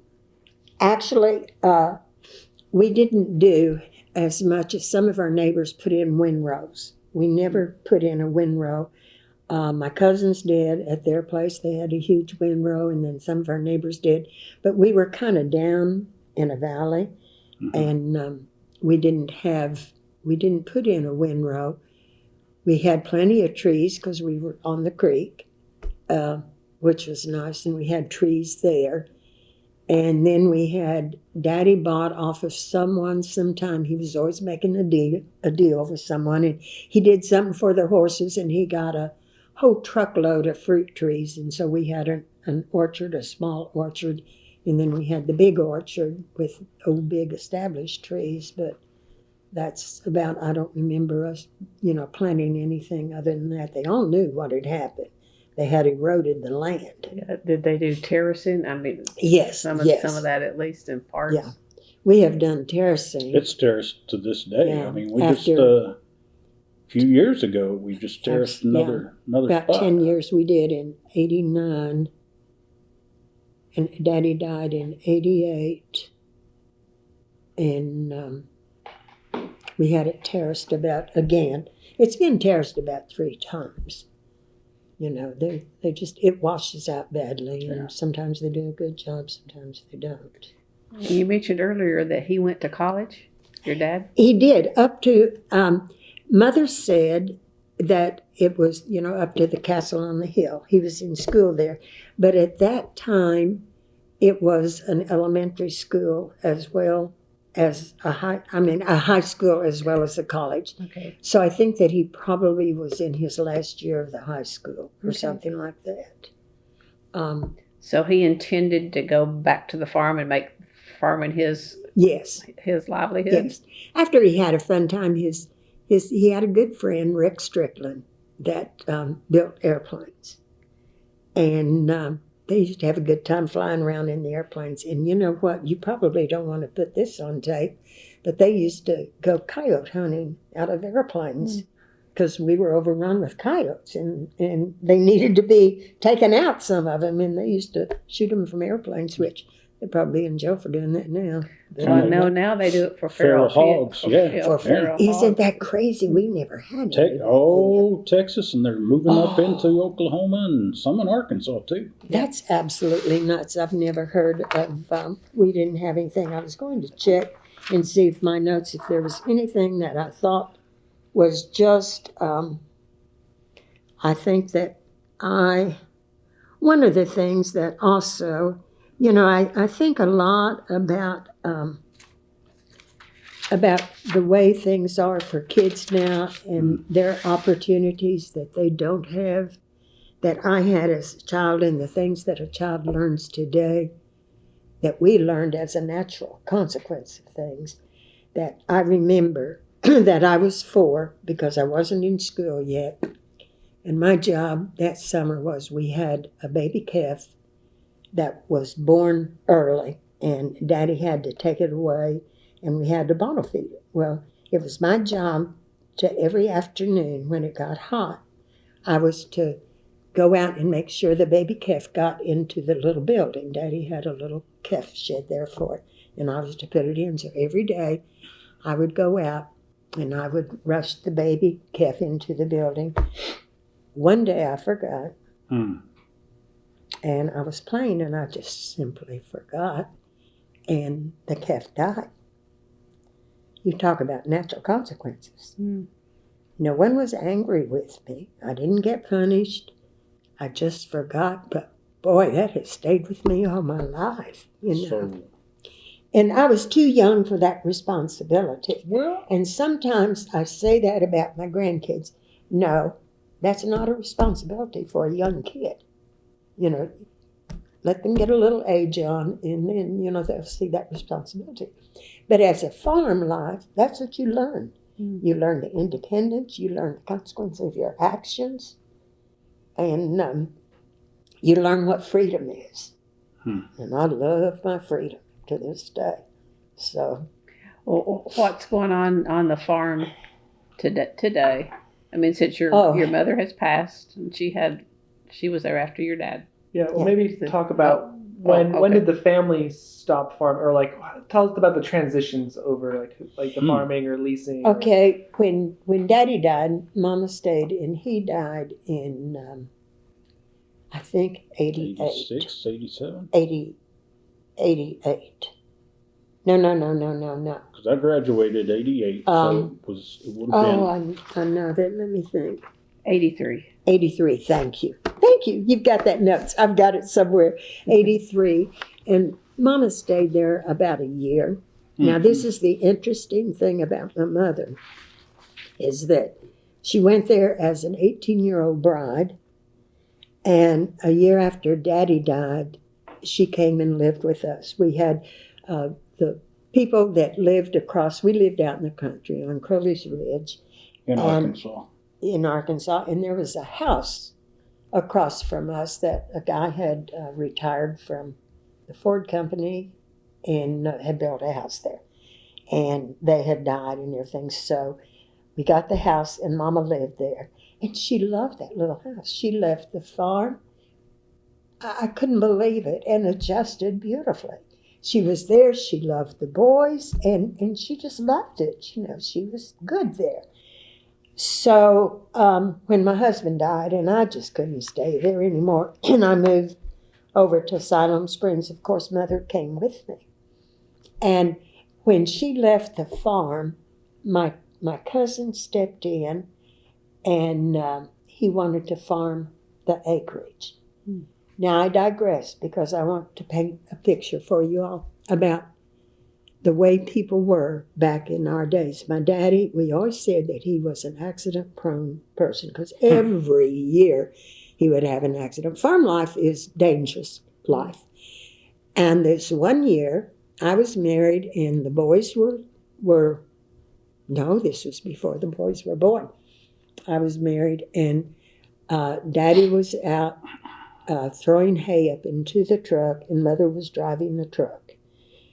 Well, she hit a washout with the truck, and the whole thing of hay came down on my dad. And he was in the hospital, seriously injured. So I told my husband, I said, we've got to go. So we came up to Alva, and Daddy was, had several ribs broken, was still in the hospital. And so I told my city husband, I said, we've got to go and get the hay out of the field because Daddy will never recover if he knows that hay is still in the field. So we go out there, and I reached down to get a bale because that's what you did as a kid. You got a bale and you throw it on the truck.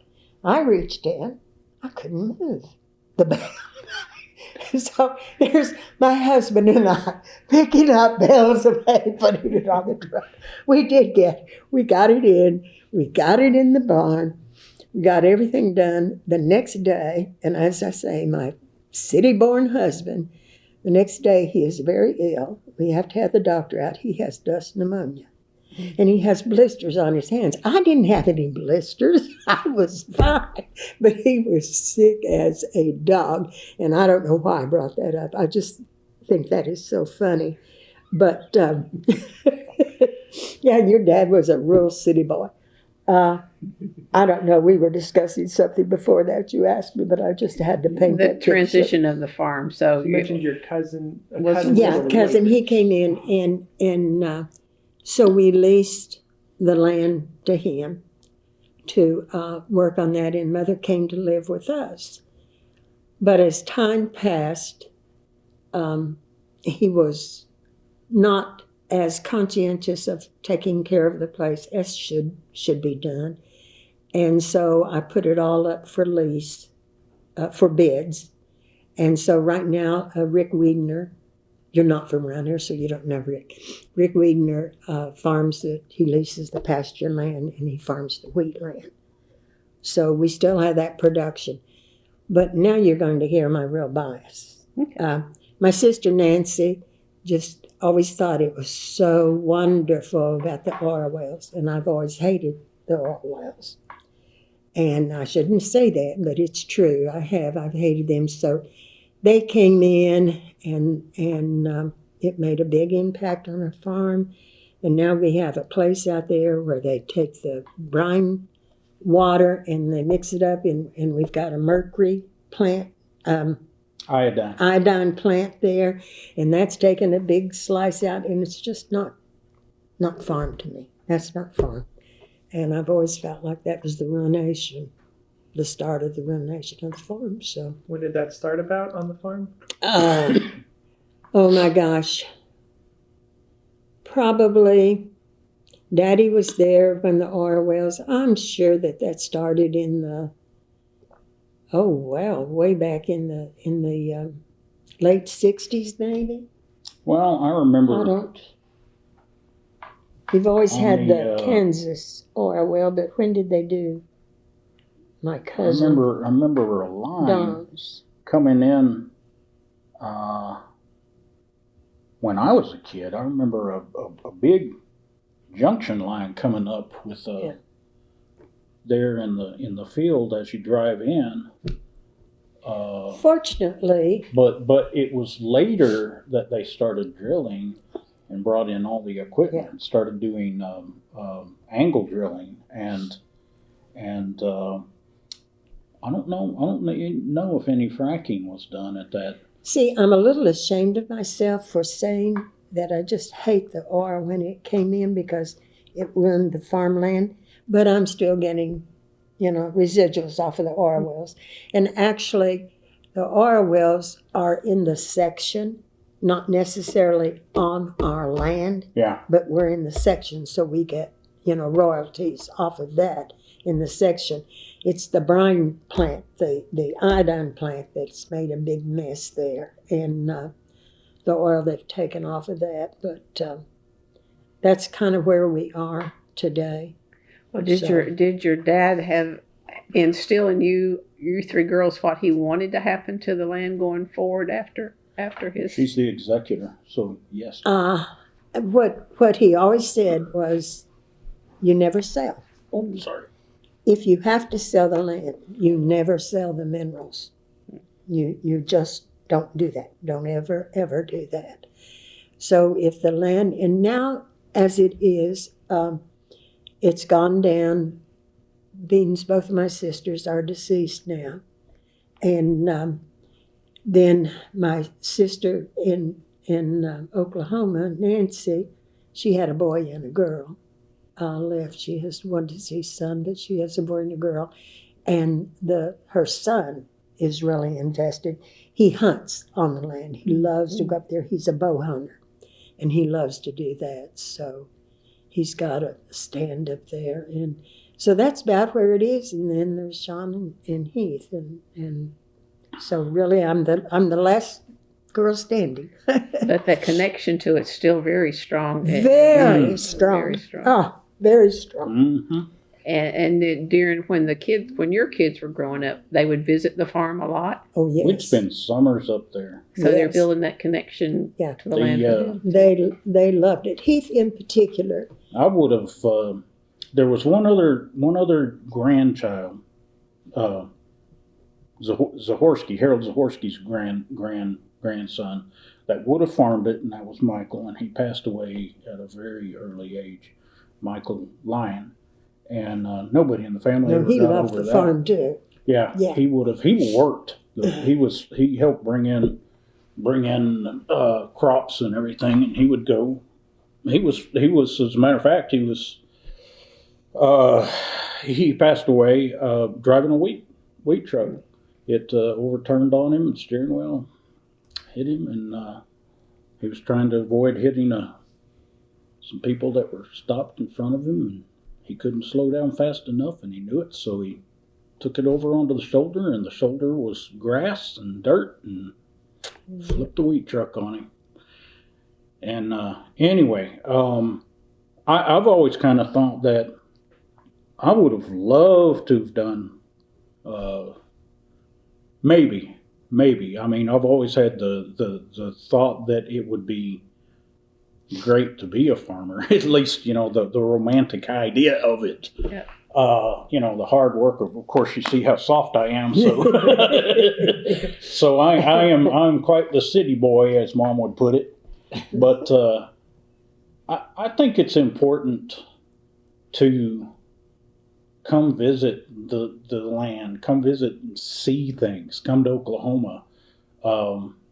My wife and I, when we got married, we were in Michigan, and Valerie and I have lived all over the Midwest and Pennsylvania, Michigan, the Upper Peninsula in Michigan.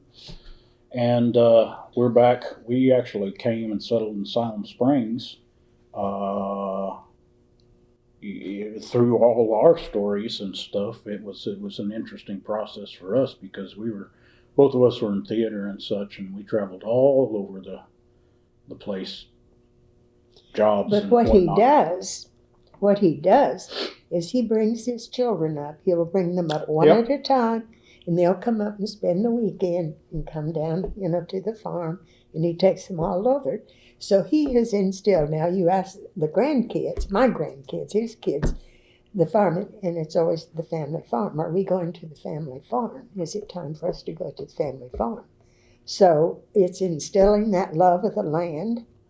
And it's carried on. It's carried on. Even if nobody does farming in our family anymore, because you can't. It's hard to, unless you're Yes. a person that's leasing it and you've made a corporation out of it, a family corporation, and you're farming for other people and leasing and bringing in. There's just no way financially 160 acres could produce To support. in this day and age because of the costs of things, but not alone, the seed, the fertilizer, the equipment, it'd be so hard. You couldn't do it. You have to farm the government now is what people are doing. They farm the government, and that's not farming. That's not farming. But you know what? There's a trend. 20 years from now. People are out there now trying to eke out a living because they see that life that they want. They want that life of freedom, that life of privacy, and they're out there trying to work it. Young families are trying, and it'll take another 20, 30 years. And I see that pendulum swinging, so that's good. I think that's really good. I have a friend or a colleague that I work with. I work for a lighting company now, and the gentleman that I work with, he lives in the larger Orlando area, which is, a suburb. But he grew up in the Bronx. And I mean, you talk about a city boy. He grew up in the Bronx. And he and his wife grew up similar, horses and everything before Orlando just exploded. It was all land, like we have here. Are you talking about Oviedo, or do you know where? I'm from Florida, so that's where. Are you? Okay, No, yeah. it was just she was Okay. like, I think west of Orlando proper. Our office, where I work is the main office is in Maitland, and I think further that way. But anyway, he married her, and they've purchased some stuff, and like you said, they're trying to get back to. I think that there's a future there. And it's very interesting. I was It's a telling different him, way, but I was telling him the other day, I said, we're going to, talk and see about this. And I said, my cousin told me that they have, the renter has Milo planted out there right now. And he said, oh, that's interesting. That's a very good feed for cattle. And I was like, Yeah, yes, Daddy used yes, it to. is. So how often do you come back? Not enough in Not my enough. book. Not enough. It's been probably once every 2 years. Oh, no. I don't think a year's gone by that I haven't been there. But I have a problem every time I go. I just stand there and cry. Yeah, yeah. But It's very different. It's very so different. what's changing now? You talked about some of the iodine plants. What's like the physical landscape that's changed? Because the house is that the house is there in ill repair, which is my shame. Part of it, that it's no better than that. The house is there. We still have Daddy's dream. He built a great big shed, and that's there, a nice shed, a new shed. Our barn that I spent many an hour in is gone. The chicken house, the big chicken house, is gone. Still the little chicken house is still there, the little brooder house. Oh, that's right. Yeah. Yeah, the brooder house is there. The house is there. But it takes about 4 or 5 acres is the iodine plant. And I just want to shut it out of my mind, it's up in the corner. But everything else is there growing up. And our renter he farms a lot of land. And of course, no one is going to take care of it. Is way the you do. the windmill still there? No, unfortunately, it's the base and the Tank. where the tank where the cattle drink. It's still there. So the piping may still be there for the well to, One if of the it's not interesting things rusted. that is still there is that we had a large, I don't know, we always called it the granary. I guess they would call it a silo type thing. Yeah. It's steel, and it's still sitting there. And up till probably 2 or 3 years ago, there was on the side where we as kids would throw darts, and we had our schedule up there, who won and who won it, and it was still in pencil. And after all of these years, you could still see it there.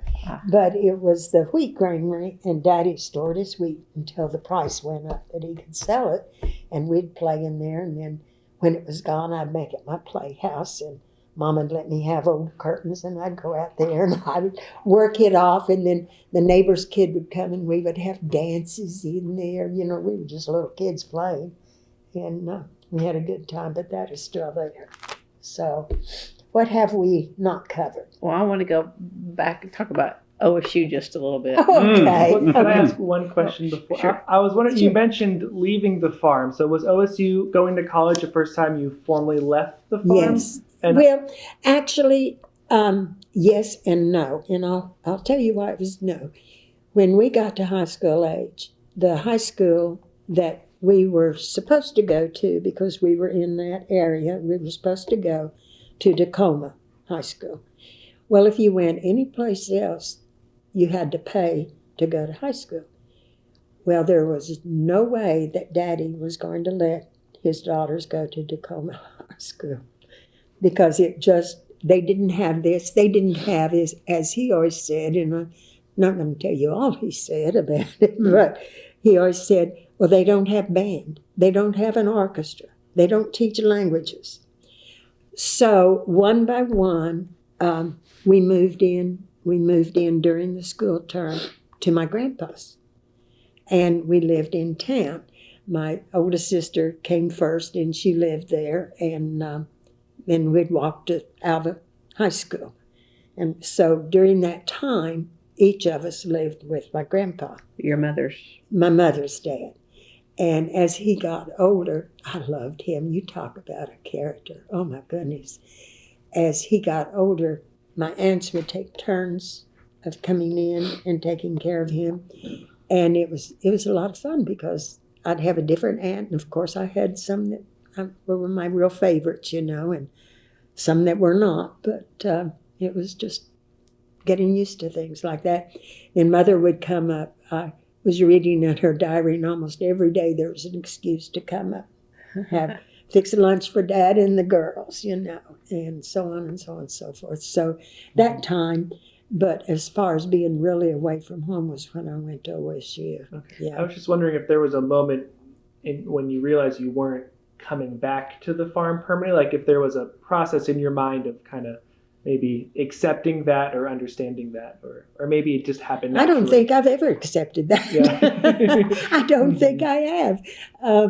I never, that never entertained. I would come up even in when I was at the university, and I wasn't that day-to-day working at the farm. I remember that probably my second year at university, Daddy was off harvesting, and I went up there, and I decided I was going to, he had to leave before he got the pasture plowed. So I got the tractor out, and it was a newer tractor, and I was not familiar with it, and I went up to plow, had a bad wreck, and kind of tore up things and kind of tore up myself, but I managed. But I don't think there was ever a time that I felt like, this is over with. I don't know that I answered that. No, I mean, that's perfectly right, because you spent so much time away, but in your mind you were still, that was still home, and that was still yes, always home. And even when the boys were babies, when I would get so tired and be worn out, I would head to the farm, and I would sleep. I would sleep there because I knew my dad was in charge. And he would watch out. He knew that nothing was going to happen. And I would sleep so well. And at home, my husband would wear things in his ears so he couldn't hear any noise. And I never felt, I was the one that was on watch, that everything was okay. But when I was at the farm, I could relax. And both my sisters have voiced that same thing, that they could go up there and rest where they never could, completely anyplace else. You were talking about the, and I'll show you. You were talking about, now this is my sister. This is Betty, her last visit that we know of, that when she came to the farm. This is what your, so graciously state supplied. That's on the house now. Okay. This is the little target. You can't really quite see it, but there's a 50. There's a bullseye down in here, and they would just throw rocks. And then here, you can see where it was Betty. You can make out Betty, and that's there's the green S. Yep. Oh, I can't see it. Well, maybe they can. There's Betty, and then there's S for Shirley, and then N for Nancy. Did I win? I don't remember. I let's see. There's no. Y'all were almost, you and Betty were pretty even. It looks like 70, 75, and I think 70 was your score. And then Nancy was behind, or she probably didn't. She probably didn't finish. But you can still see it in another picture. And and this was, Aunt Betty had.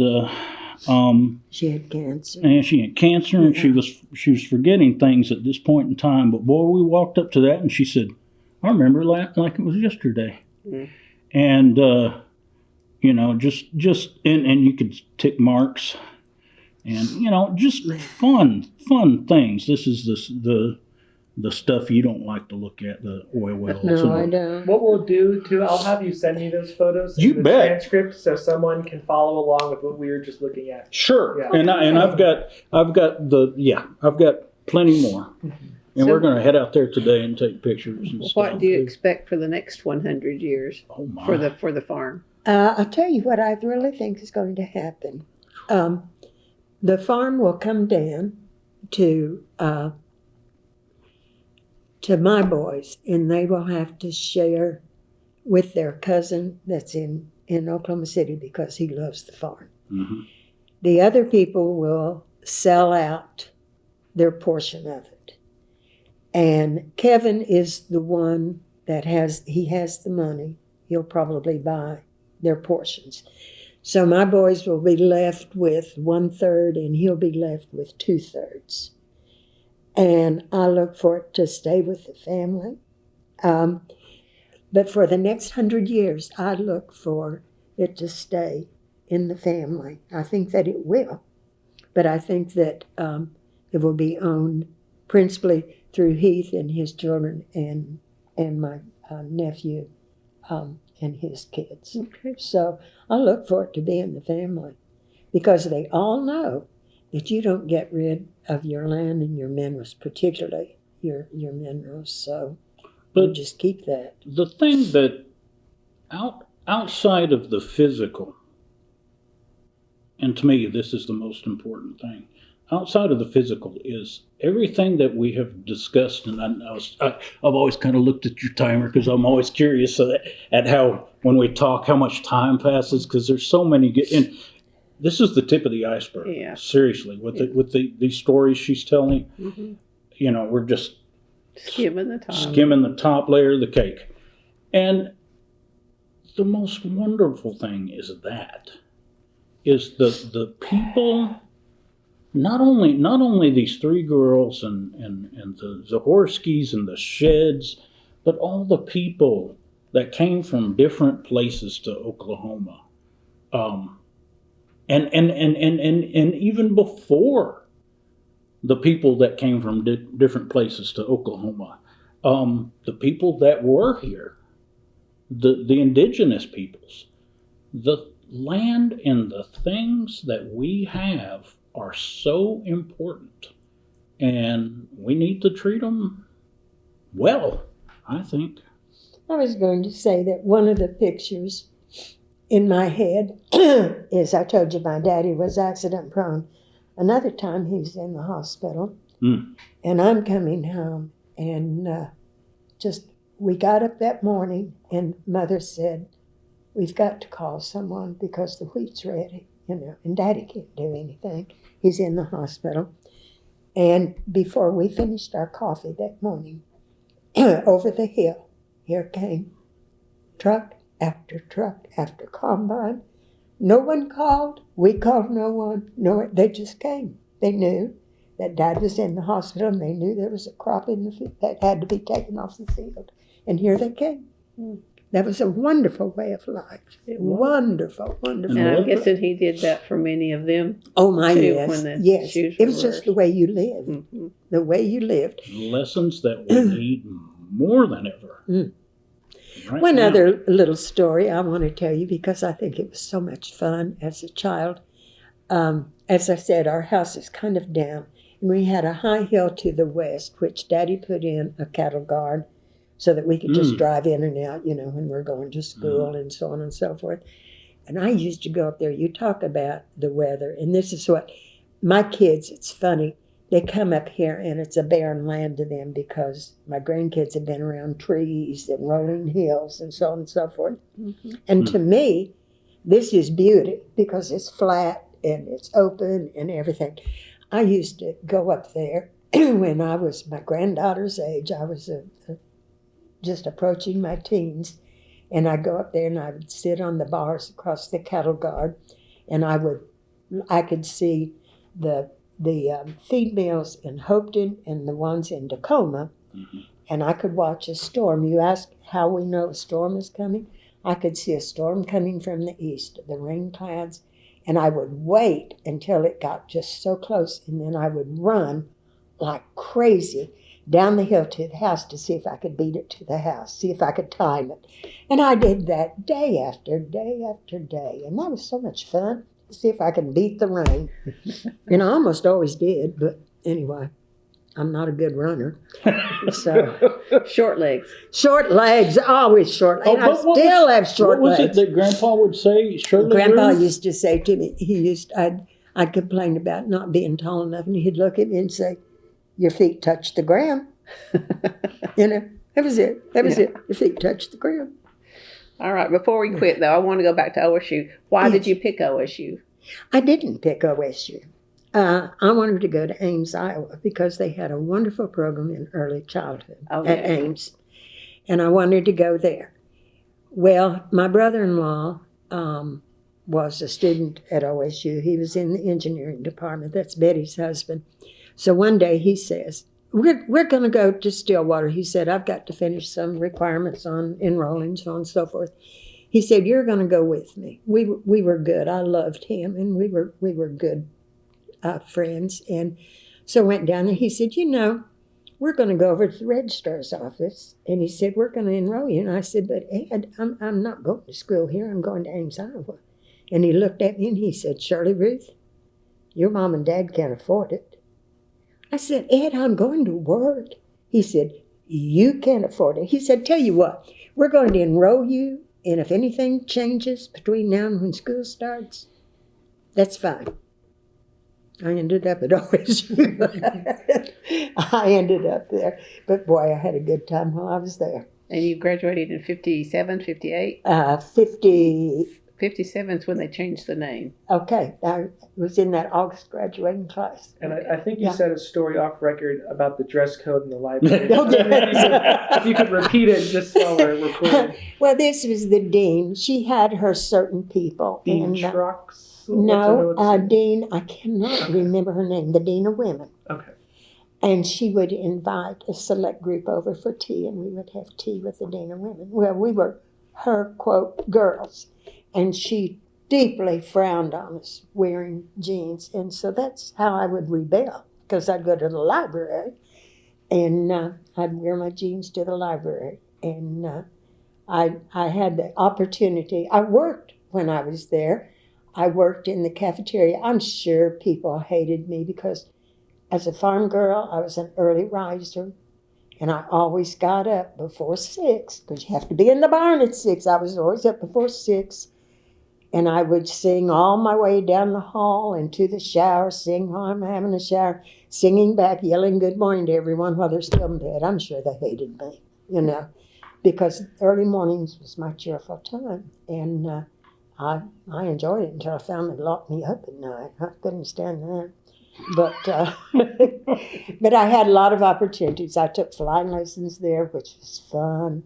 That was fun. I flew a tail dragger, and that was fun. The day I soloed, the door fell off of the plane, which kind of scared me. And I looked down at the ground, and my instructor standing there like, no, just keep going, Crazy. You're a flying Aggie? Yeah. Yeah. I don't think it was a flying Aggie. I just lessons and just flew. I didn't belong to any club, actually. Okay. My roommate had a Cessna 180, so, it was kind of built in. But I wasn't a good pilot. I mean, I could fly. I love the tail draggers because you hear flying by the seat of your pants. Hey, that's the truth when you're in a tail dragger because you feel it all, and you know that. And I could always, my takeoffs were perfect, my landings were perfect, but I never knew where in the hell I was. I'd have to circle a city to read the name on the water tank because I couldn't maneuver. I could not navigate for crap. So, but they let women take. Oh my, yes, Okay. yes. Yeah, I had a great time. So Patrick wanted you to finish the story. How did you sneak pants? What did you do in order to disguise your having pants on? You just roll them up. You put a long coat on, and you roll your pants up, and you go to the library, and you think, aha, I've done this thing, which is interesting. My major professor at the university, and I was laughing and talking about how I did that one day, and we were going to a conference, and I was older by a year or two, and so we were, telling the things we did to rebel. And she said, you know what I used to do? She said, I used to, when I would be away from campus and go to a conference, she said, I would sneak a cigarette, and I'd smoke a cigarette, and no one knew it. And I'd say, well, I'd roll up my pants, go to the library, and Dean, why, I can't remember her name. And all the time I was thinking, ooh, if she only knew I was in here in my jeans, doing this. But I had a good time. I had an old car. I wish I could remember an old, it was my grandpa's old car, Plymouth coupe. And, of course, I had friends from high school that were in school down there. And I remember calling them saying, "Ma, I can't get my car started." And they'd come over and they'd, gin up the battery, and so that was good. I had transportation, and I'd drive back and forth. My daddy had the uncanny sense of anywhere he had been, he knew highways. He always knew the number of the highways. So he'd say, "Shirley Ruth, how did you get home today? Which way did you come?" I'd say, "Well, that house that's on the corner, navigational problem." I say, "That house, and then this other one with the brown, and he'd just look at me like, Go by the landmarks as best you can. Well, we used to go driving up from my earliest recollection from Stillwater to the farm was I literally would count the windmills at the corners where we would turn. And I knew it was between 10 and 12. That's all I can remember. I knew that when we got to that number, we were almost there. And as a small kid, from the orphanage, which was what was his name? The actor that was there with Jack Ging. Jack Ging that was there with that went out with Aunt Nancy. Period, yeah. And we'd get there, and there'd be fried chicken waiting on us, and it was so magical because I never knew because it was fresh right off the stove. Yeah, my she mother called always. ahead, I'm sure. I just, these years would never tell me, but I'm sure that she called ahead wherever we stopped. And, it was just magical fried chicken. And to this day, yours is good, but I'll tell you what, Nana's fried chicken was the You're right. best. I can see. You're right. So what else was your favorite meal your mom cooked for you back in the day? Spice cake with caramel icing was my favorite. Mom was well known for her angel food cakes because every time one of her nephews would be on furlough, she would make them a great big. She would extend her angel food cake pan. She made little risers on it, and she would extend it. So she had the highest angel food cakes, everyone, and she'd never tell anyone how she did it. She would have that. And other favorite memories, the fried chicken. She made the best fried chicken, the best baked beans, and cherry pies. We always had, when we got electricity. Now that's another story, because when we got electricity, the minute our neighbor called and said, she's so excited, she said, "They're here to hook us up and they're coming over your hill now." And they came over the hill and hooked us all up. They already dug all the posts and everything like that and hooked us up because Daddy had gone to town and had bought a freezer and refrigerator and washer and dryer. And boy, the minute they plugged us up with electricity, we were never without ice cream. Because as my dad said, "Ruth, it's healthy. There's milk in there. That's healthy for the girls." I agree with him. And I still eat a ton of ice cream. We always had big 5-gallon cans that we get from the dairy up here of ice cream. We were never without ice cream. And always had cherry pies in the freezer. Yeah, and chickens. Roughly when would that have been that electricity came to the farm? Oh my gosh, you're asking me times. And probably 40s or 50s at least. It would have to be. Electrification, yeah. I well remember it because all of a sudden, we were. You were still in high school? Yes. Or were you even in high school? I was just barely in high school, okay, I do so believe. Early 50s I think it was then. before I was in high school, actually. That's a good thing to look up, Heath.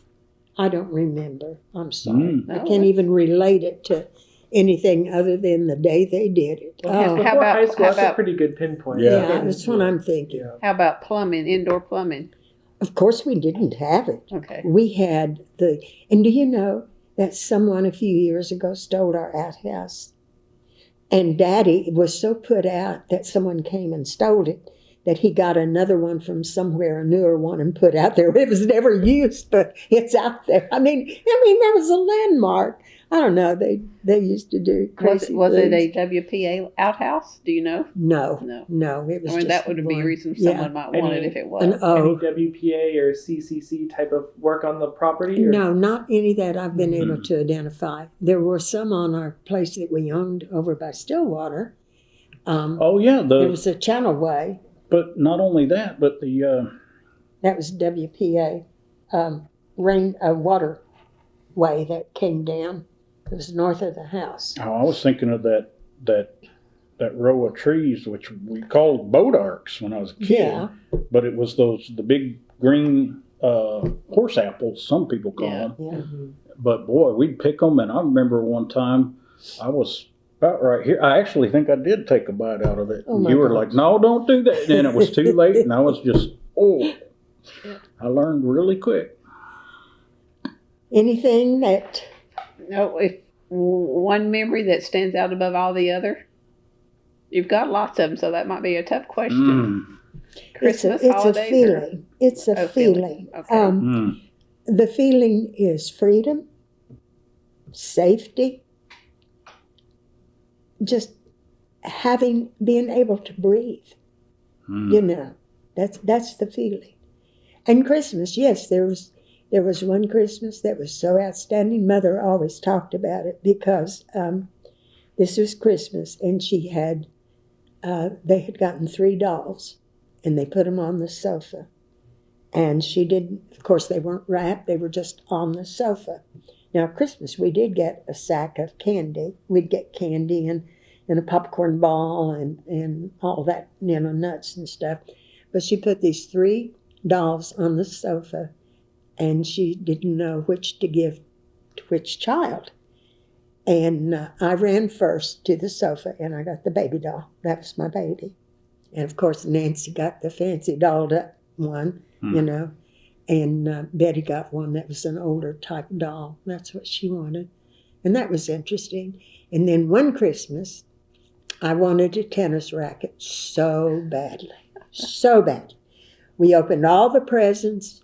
I didn't get my tennis racket. And I didn't dare say anything. And I wanted to cry so bad.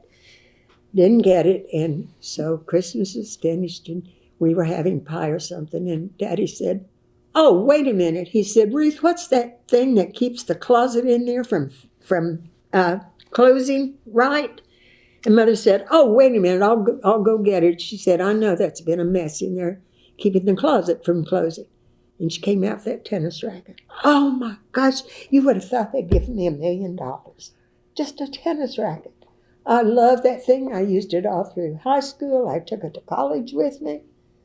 It may be somewhere underneath all of that, along with, Now, I remember a tennis racket that it was a trapezoid frame. Oh, yeah. With the screws to keep Yes. it flat hot and stuff. even. Did you actually play tennis? I did. Okay. I did. Yeah. You just And I didn't was want- good. I was good at tennis.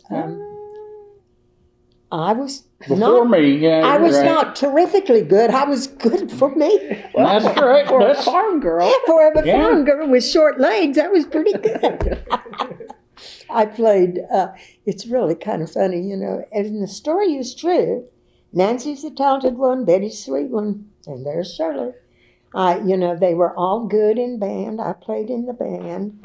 I played in the orchestra. My orchestra teacher, Mr. Breakbill, they carried him away one day, and I always felt responsible for that because he went to the loony bin, and I felt like it was me because I wasn't very good. I played a viola, and I wasn't very good. I played a saxophone. I wasn't very good. I was a majorette. I was pretty good at that.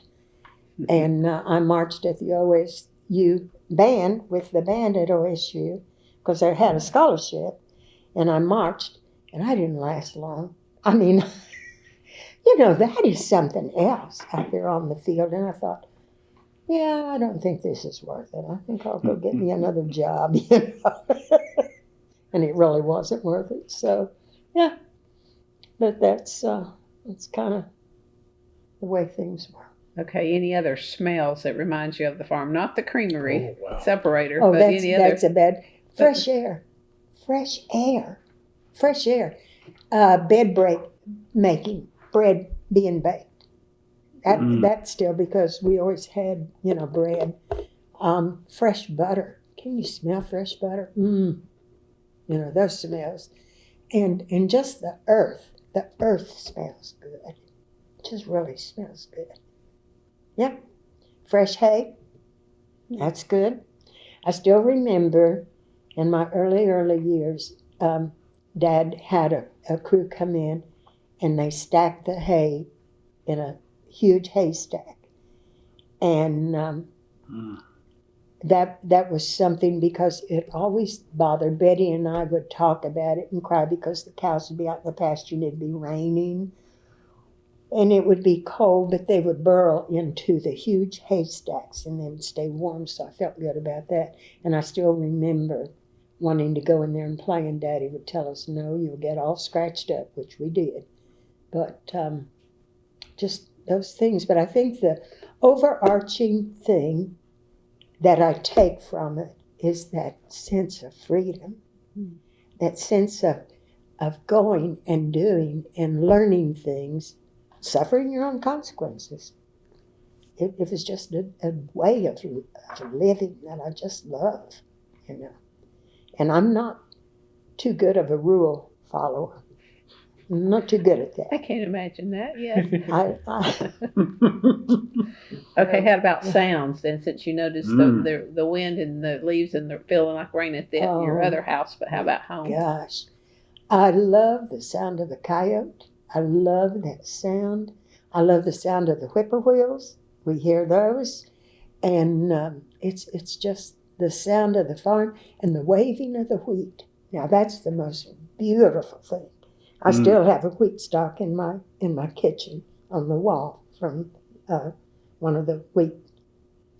I guess it's probably about 5 years. Oh, it's been about 10, 12. I still have that. 12 there. years, maybe. That's one of the prettiest sights. That is someone going in my front door in Siloam Springs. Uh-oh. Yeah. No, I think it's a friend of mine. She's taking care of my cat. So, anything else you want to ask, Patrick? I've got one question, and it's kind of a tangent, so you can answer it as little or as much as you want. But you talked about your education career and the things you mentioned, working with the deaf, and as well as the period you're going into teaching is kind of when desegregation is happening across Oklahoma and other places. And I was curious if you had experiences about either one. I'm curious what schools for the deaf or that process was like at the time. I think that might be interesting. And then also if you had any experience in like desegregating schools or not. So, well, okay. OSU was my first experience, other than as a very, very young child. I remember the first black person I ever saw. And we were in Enid, shopping in Enid. And I was still in my mother's arms. So I was probably, 3 maybe? 2, 3. And I remember seeing a black person. I had never seen one before. And I didn't know what they were. I did not know that. That was an image there. And then, we did not have blacks in Alva. That was not it. And when I went to OSU, one of the girls that lived down the hall was a black girl. And she was fun. She also worked I worked in the cafeteria for more, and she worked there too. And we became friends, and I quite liked her. She was a nice girl, and I quite liked her. And we had parties in the dorm. We weren't supposed to do this or that, but, and so I was having a birthday party. I had made a birthday cake in my popcorn toaster thing, which you can do. Yes. And I had done that. And so I was having a party for one of the girls that had a birthday. And I invited her, and she came in, and everyone was sitting around because we had bunked our beds, which we weren't supposed to do, but it took up less room. And I said, sit over there, and I'll serve you all this wonderful cake that I made and everything. And she just stood at the door, and I never thought anything about it. And later I said something about what was wrong with her or something. She didn't act. And this other girl said, well, don't you know? I said, no, what? She won't come in your room and she won't sit on your bed. That they're not supposed to do that. I was just shocked. I was shocked that anyone would be that way, toward her. So that was my first real experience in that. And then in my schools, I can't tell you that nothing stands out until I worked for the state in Arkansas, And I worked in I had the colony set up for the people that they had turned out of the, Mental institutions. yes. And I hired Yeah. in I had one in El Dorado and one in Magnolia. In the one in Magnolia, I hired 2 black women. Oh, this is an interesting story. I hired 2 black women. One of them used to cook for the governor. And they were I just loved them. We had the best time. They had the funniest stories to tell. And we would tell stories, so on and so forth. But I was a friend of them, but as them being a friend of me, it was kind of reversed. In fact, Heath went to school, and Heath has always been a rule follower. He's always known the rules, and not only will he follow the rules, he expects everyone to follow the rules. So he was at school, his best friend was a little black boy. So Heath had a birthday, and I was having a party for him. And I called these mothers around, and finally one mother called me back, and they had asked me who was coming, and I told them who I had invited. One mother called me back. She said, Shirley, we've kind of gotten together, and we think that you don't understand how we live here. She said, it's okay if your son wants to be friends with him at school, but we don't invite them into our home, into a party. And you can imagine what I said. It wasn't very nice. And we did, but, we had that problem there. He was such a nice kid. Such a nice kid. It's Eric. You do you mentioned, remember Eric's last name? I do remember. It was no. I don't remember we don't Eric's need to last even name. say it. But I can't remember Eric's last name. But you mentioned in Oklahoma and things desegregation and other things. She taught in Red Rock for 2 years. oh, yes. I went to school About a in year Red and Rock. a half. Yeah, a year and a half. Now, that was interesting. Oh my goodness. what's interesting is, as you hear her talk, we're raised. My brother and I are raised with a a person is a person. Doesn't matter. People treat you nice. You treat people nice. That's how it is, and the way it should be, personally. Different things, though. Red Rock experiences. Do you know life what Red Rock? experiences. It's mostly Native American, Yeah, isn't it? I got this Reservation. opportunity, and my job was kind of they had government money, of course. So they wanted someone to be I think it was titled educational specialist. So I was hired up there. And I thought, this is a wonderful opportunity for the boys. I believed it. Thought it was. My older son he was small, and tiny built and everything. He did well up there. He experienced, because the second day we were there, I thought it was so cute. And I stepped out of my office, which was right across from the drinking fountain, and they came in from recess, and they're in line to get a drink. And I thought, oh, he looks so cute in line. I'm looking at him. And the boy in front of him turns around with no warning and doubles up his fist and punches him right in the chest. And I started across the hall to grab that kid. And boy, Sean came back with a left and hit him in the face and decked him. Nothing was said, nothing was done. The teacher, I loved her. Her name was Mrs. Badmoccasin. And he didn't have a problem from that day on. Sean just ate it up. He was fine. Heath, on the other hand, cried every day we went up there, cried. What's wrong, Heath? Nothing, I don't want to go. I said, well, we're going. Finally, I said to Heath, please find out from your brother what's wrong. What's going on? You mean Sean? Yeah. Yeah, to me? Okay. Yeah. So Sean said, Mama, the kid is teasing him and telling him that he has to bring him a toy. And if he doesn't, he's going to sick his dog on him. And he's a mean, what was it? A mean something, his dog.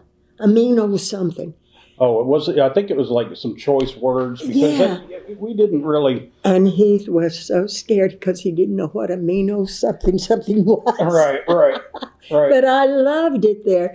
The art teacher was a really nice guy, an accomplished artist. His father had done the murals in the state capitol building, Sutok.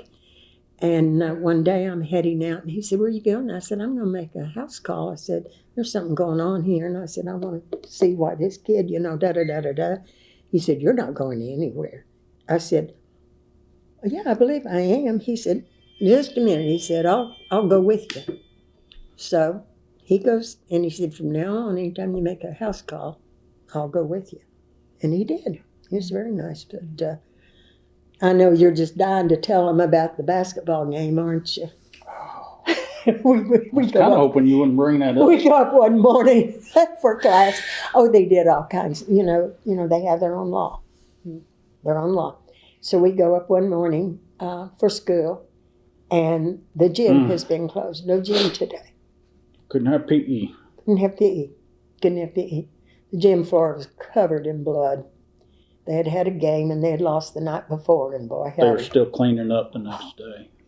Then we came it was out. Tough. There's some tough. It wasn't always tough, but you knew that there were tough times. And then, at this point in my life, at 54, I think about it, and I'm like, you can understand.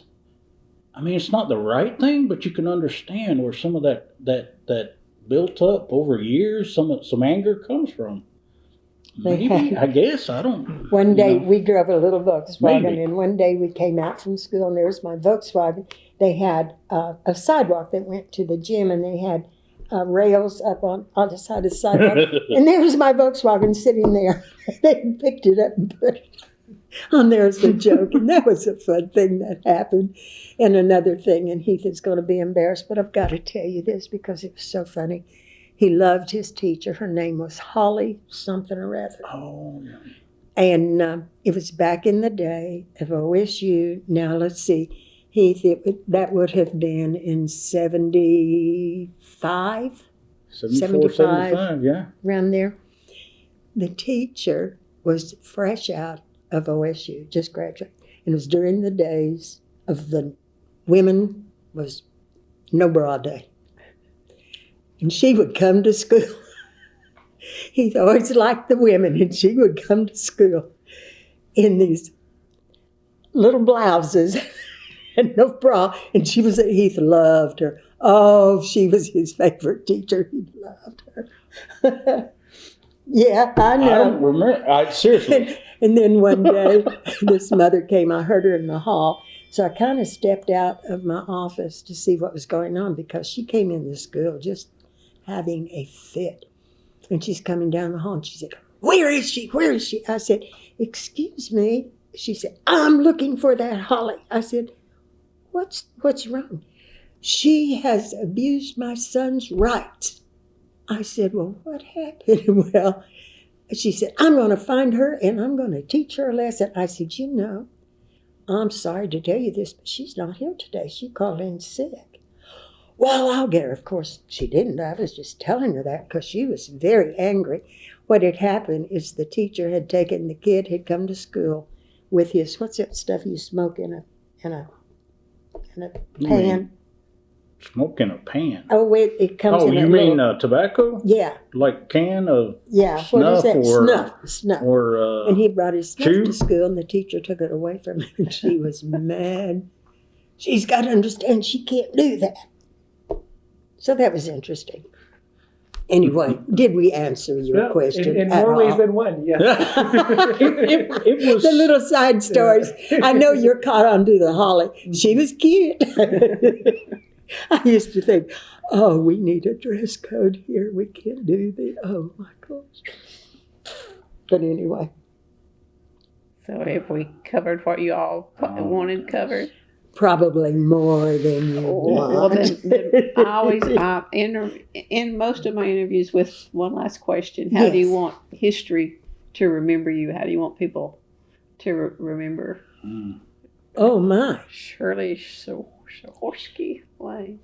I would like for history to remember one fact that I have always tried to get across. That, by gosh, if we had voting rights, privileges for young children, then by damn, they may not be abused anymore. I've always, I mean, it's horrible what happens to young kids in many, many ways. Just recently, a good friend of mine had her sister and 2-year-old child. They were trafficked. It's just horrible. It's, you know, you hear about it. Now I have firsthand relate to. So I guess there's a championship for children. I've always tried to be. And Yep, that's true. I think that's what I want to be remembered Yep. for. I haven't done anything extraordinary. I've raised 2 wonderful sons Thank you. and wonderful grandchildren, but that's it. I just want things for children. There's a lot of truth in And I that, worked because hard if for kids are taken care of, then they'll grow into good Well, I've always said good souls and good people. you do it now or 10 days later, 10 years later, you pay for it. You pay now, you do what you're supposed to do now, and it's cumulative. Yes, So that. I'm sorry, I'm not up to good form, folks. With No. all my Oh, you've done, allergies. Yeah. you've done excellent. Thank you for sharing all this with us. It's well, been great. I'm sure you got more than you intended. Well, and we thank you so much, and thank the library and OSU so much for having this program, and taking time out of your weekly and your schedules and everything to come Absolutely. meet It's us. my favorite part. Absolutely. Loved it. And I So do hope good. you got something out of it. Oh, lots of stuff. I could have been well organized as to dates and everything, but you know, what you get is what you get. So, And you showed clearly that there's still a connection to the land, and that's Oh, my gosh. that's what this is about. This particular project is about. Absolutely. Too, so thank you. I'm just, one of the blessed ones that had that magical childhood, and boy, I did have. I mean, it wasn't perfect, but it was wonderful.